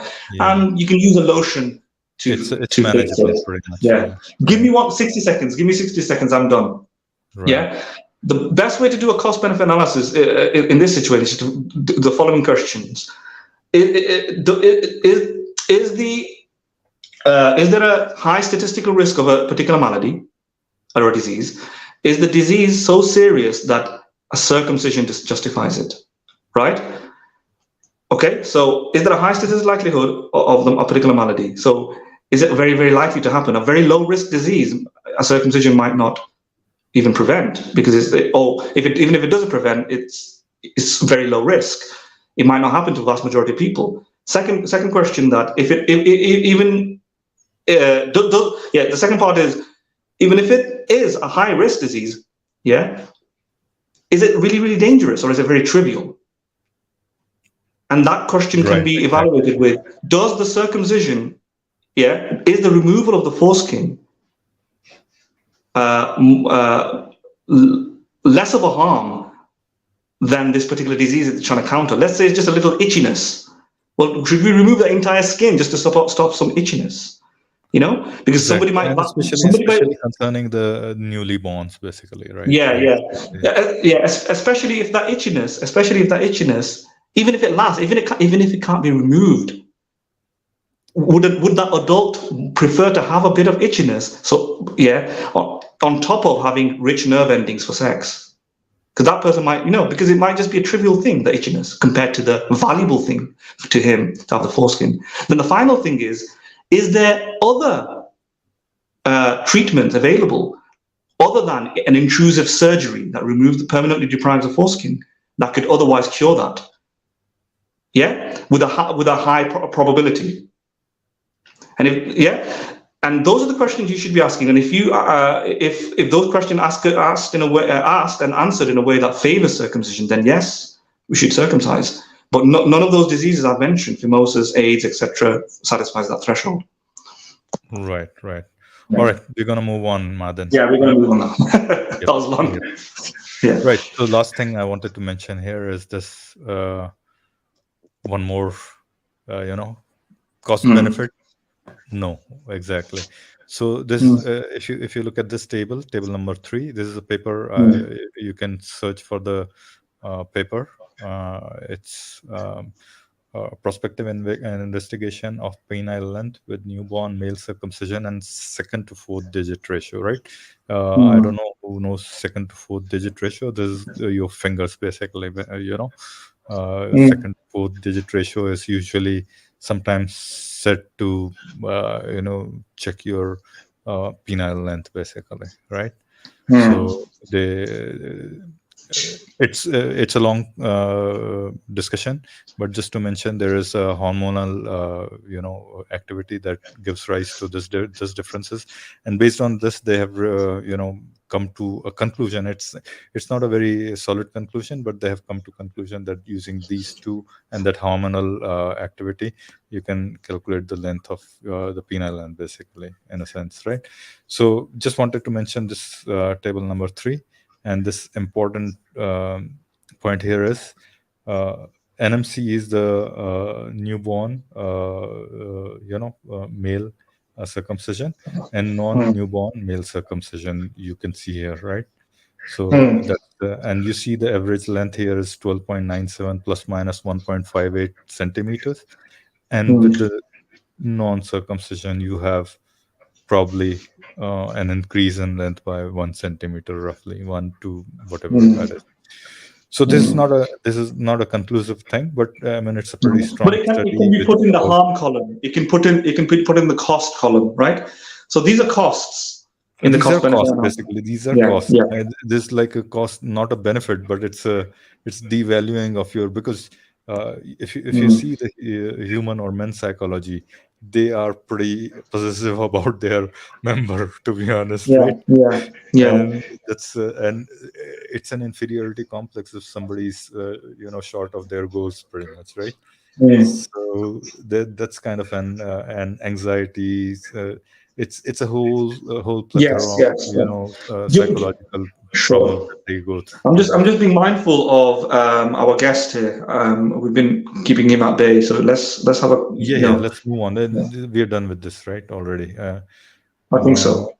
All right, Dark Soul Bhai, please go ahead. Sorry to keep you waiting. नहीं नहीं भैया बहुत अच्छा लगा Hey. भाई थोड़ा हाँ, ये थोड़ा हिंदी में भी बोल देते हैं कंक्लूजन क्या बोल रहे हो डार्क सोल भाई? सॉरी, आपकी आवाज थोड़ी धीमी आ रही, फिर से बोलो। ये थोड़ा हिंदी में भी इन शॉर्ट समझा देते क्या इंग्लिश में बोले।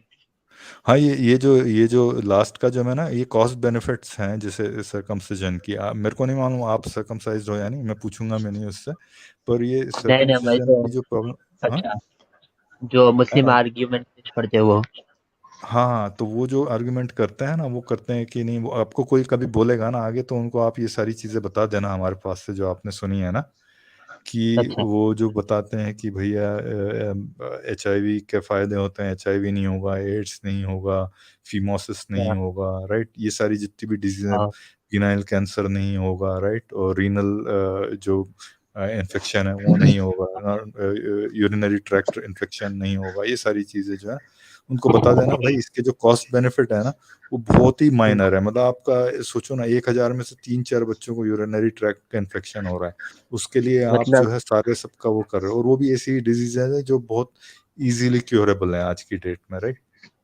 इवन HIV जो है वो बड़ी इजीली क्योरेबल है, मतलब क्योरेबल नहीं है, HIV क्योरेबल तो नहीं है, पर मैनेजेबल है HIV, राइट? ठीक है।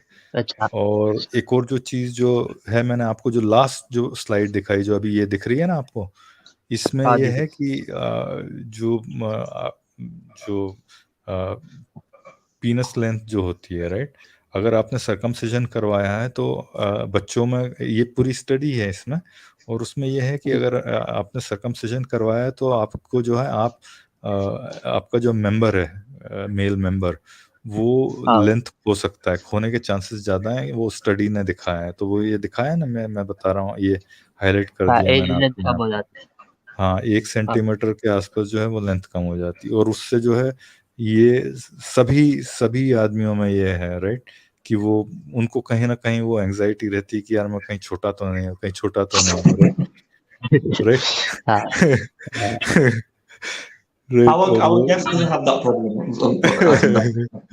Right. He's very confident. He's like, what are you talking about? I've never heard of this. He has no idea. Right.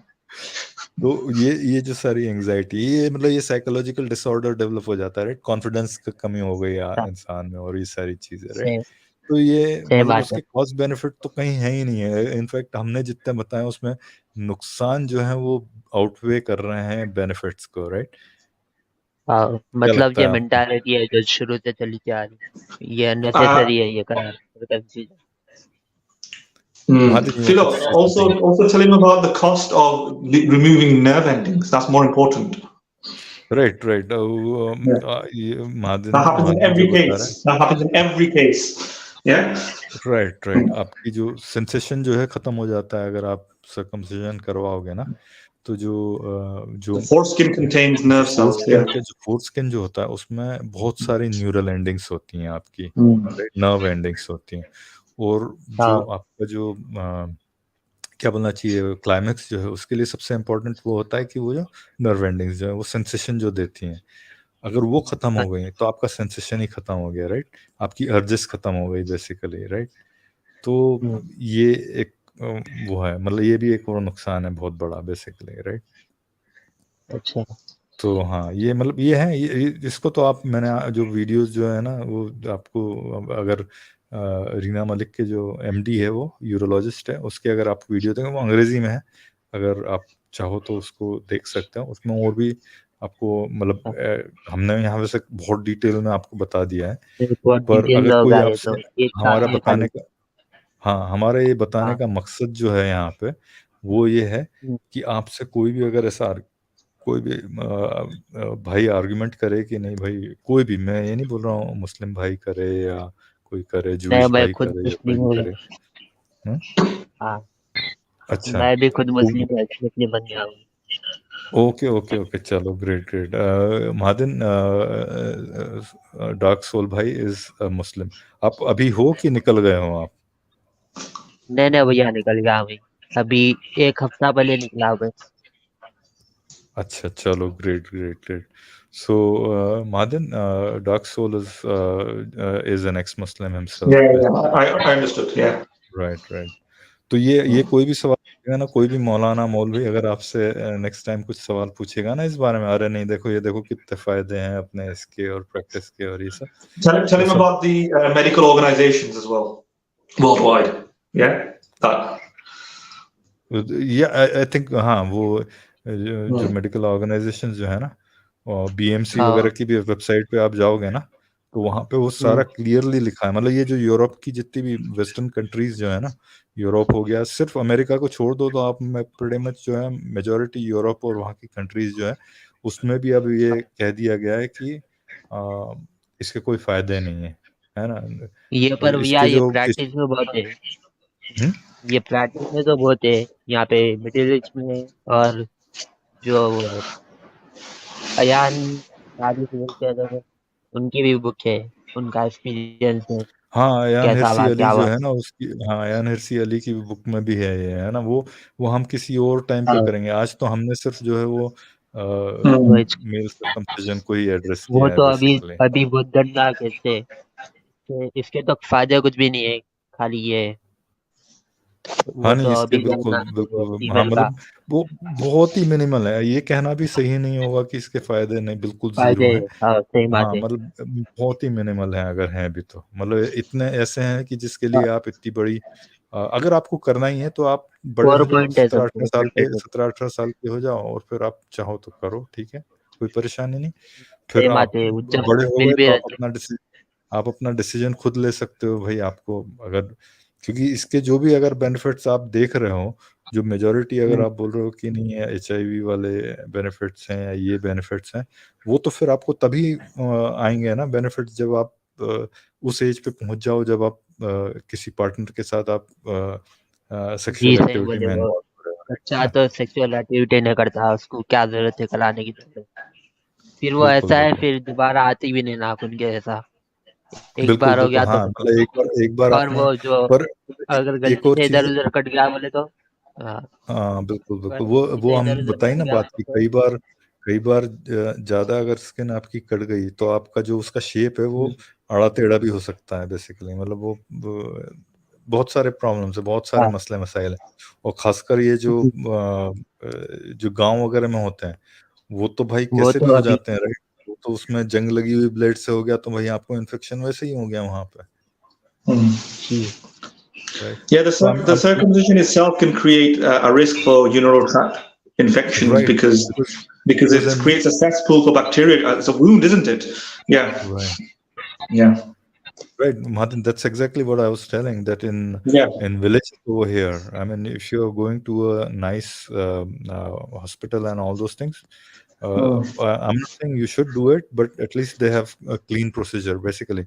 But if you go to these villages, there they have just a blade which is probably used many times. They what do they do? I don't know. I mean, probably they'll just boil it and stuff, and then or maybe they'll use just a Yeah. blade and then use it, and that's a horrible thing. I mean, it's much more painful because they don't Mm. consider, and then if it is proper. This adds to the point that you can make a comparison between this and FGM.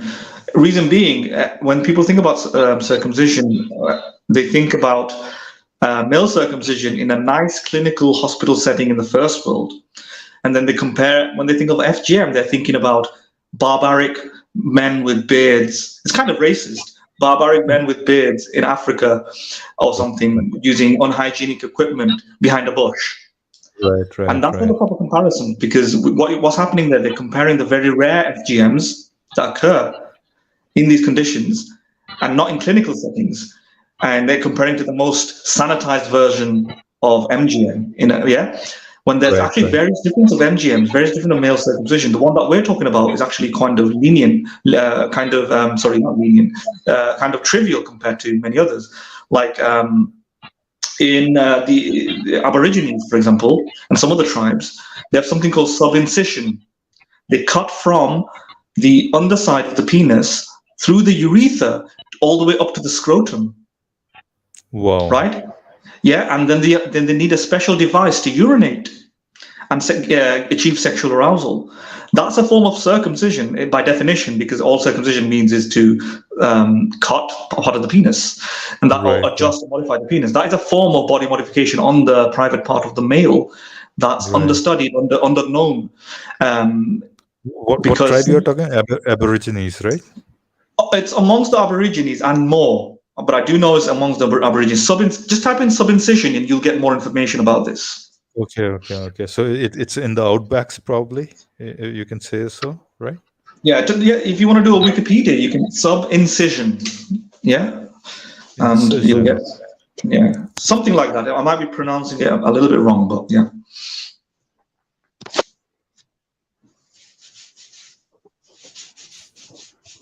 All right. अपने soul भाई, dark soul भाई, और क्या कुछ कहेंगे?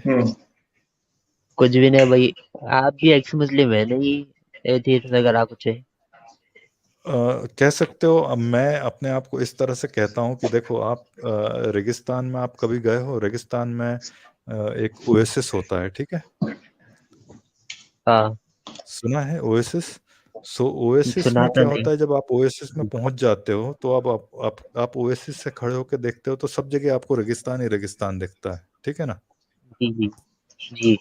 मैं ये कहता हूँ कि मैं उस रेगिस्तान में खड़ा हूँ, कहाँ से आया मुझे नहीं मालूम, मैं जहाँ देखता हूँ वहाँ खराब ही खराब है, वहाँ सब जगह मौत ही मौत लिखी है, बस इतना कहता हूँ, है ना? तो मैं जो ये तो सही है। अपने को भी नहीं मालूम है एग्जैक्ट कहाँ से आए अपन, क्या है, क्या अपनी आइडेंटिटी किस्मत। हाँ, बस ये है कि मुझे मालूम है कि मैं यहाँ पे तनकीद करता हूँ, जितनी मेरी कुव्वत में है उतनी मैं तनकीद करता हूँ, जितना मुझे नॉलेज है।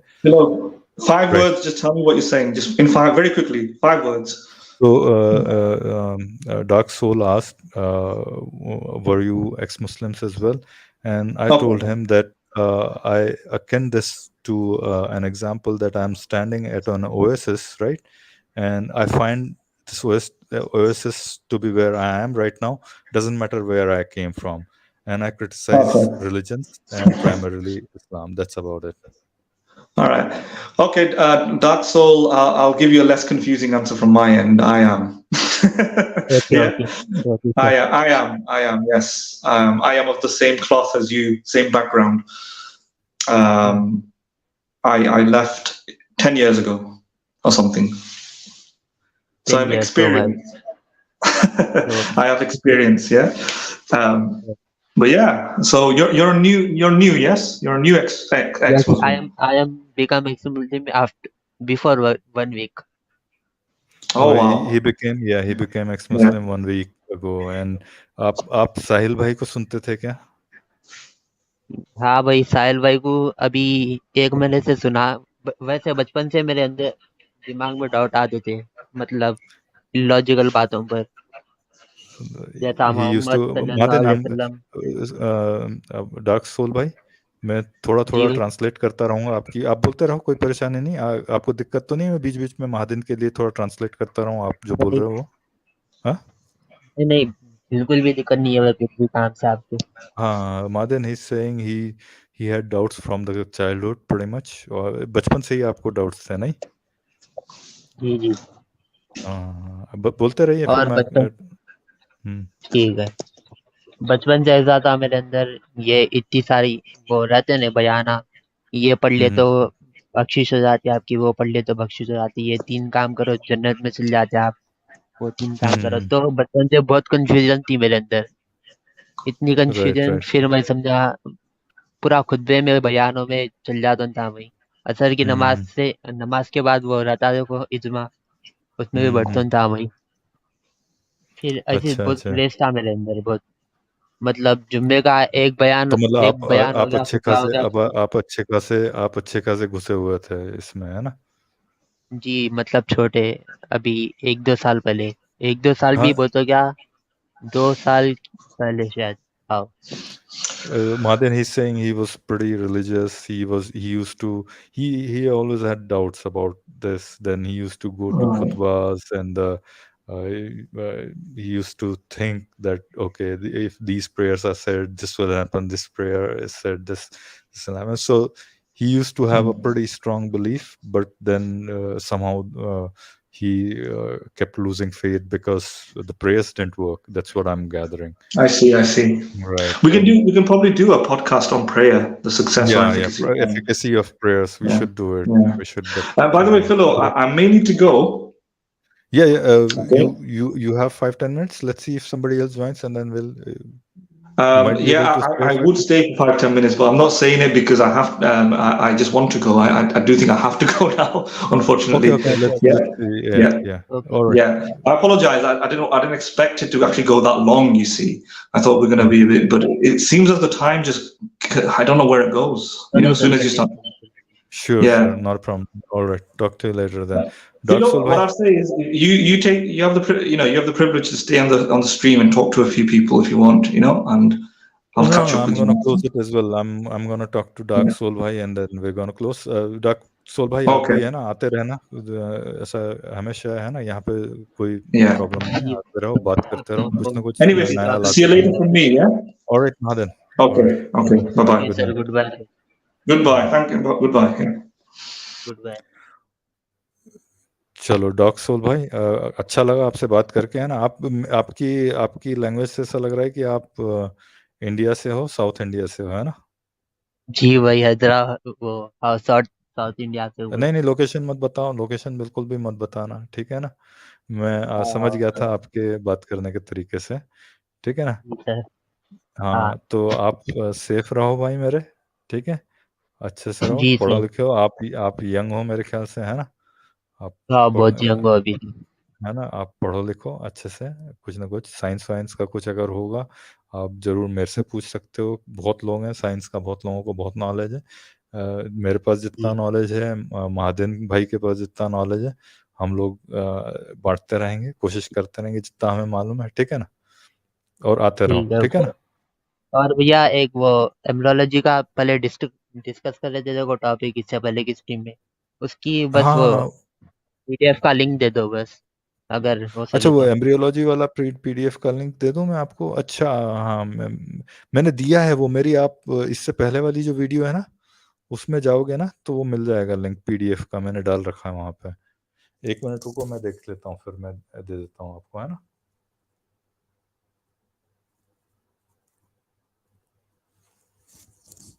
है ना, वो मैंने लिंक डाल रखा है ऑलरेडी, पर मैं आपको यहाँ निकाल के दे देता हूँ, ठीक है ना।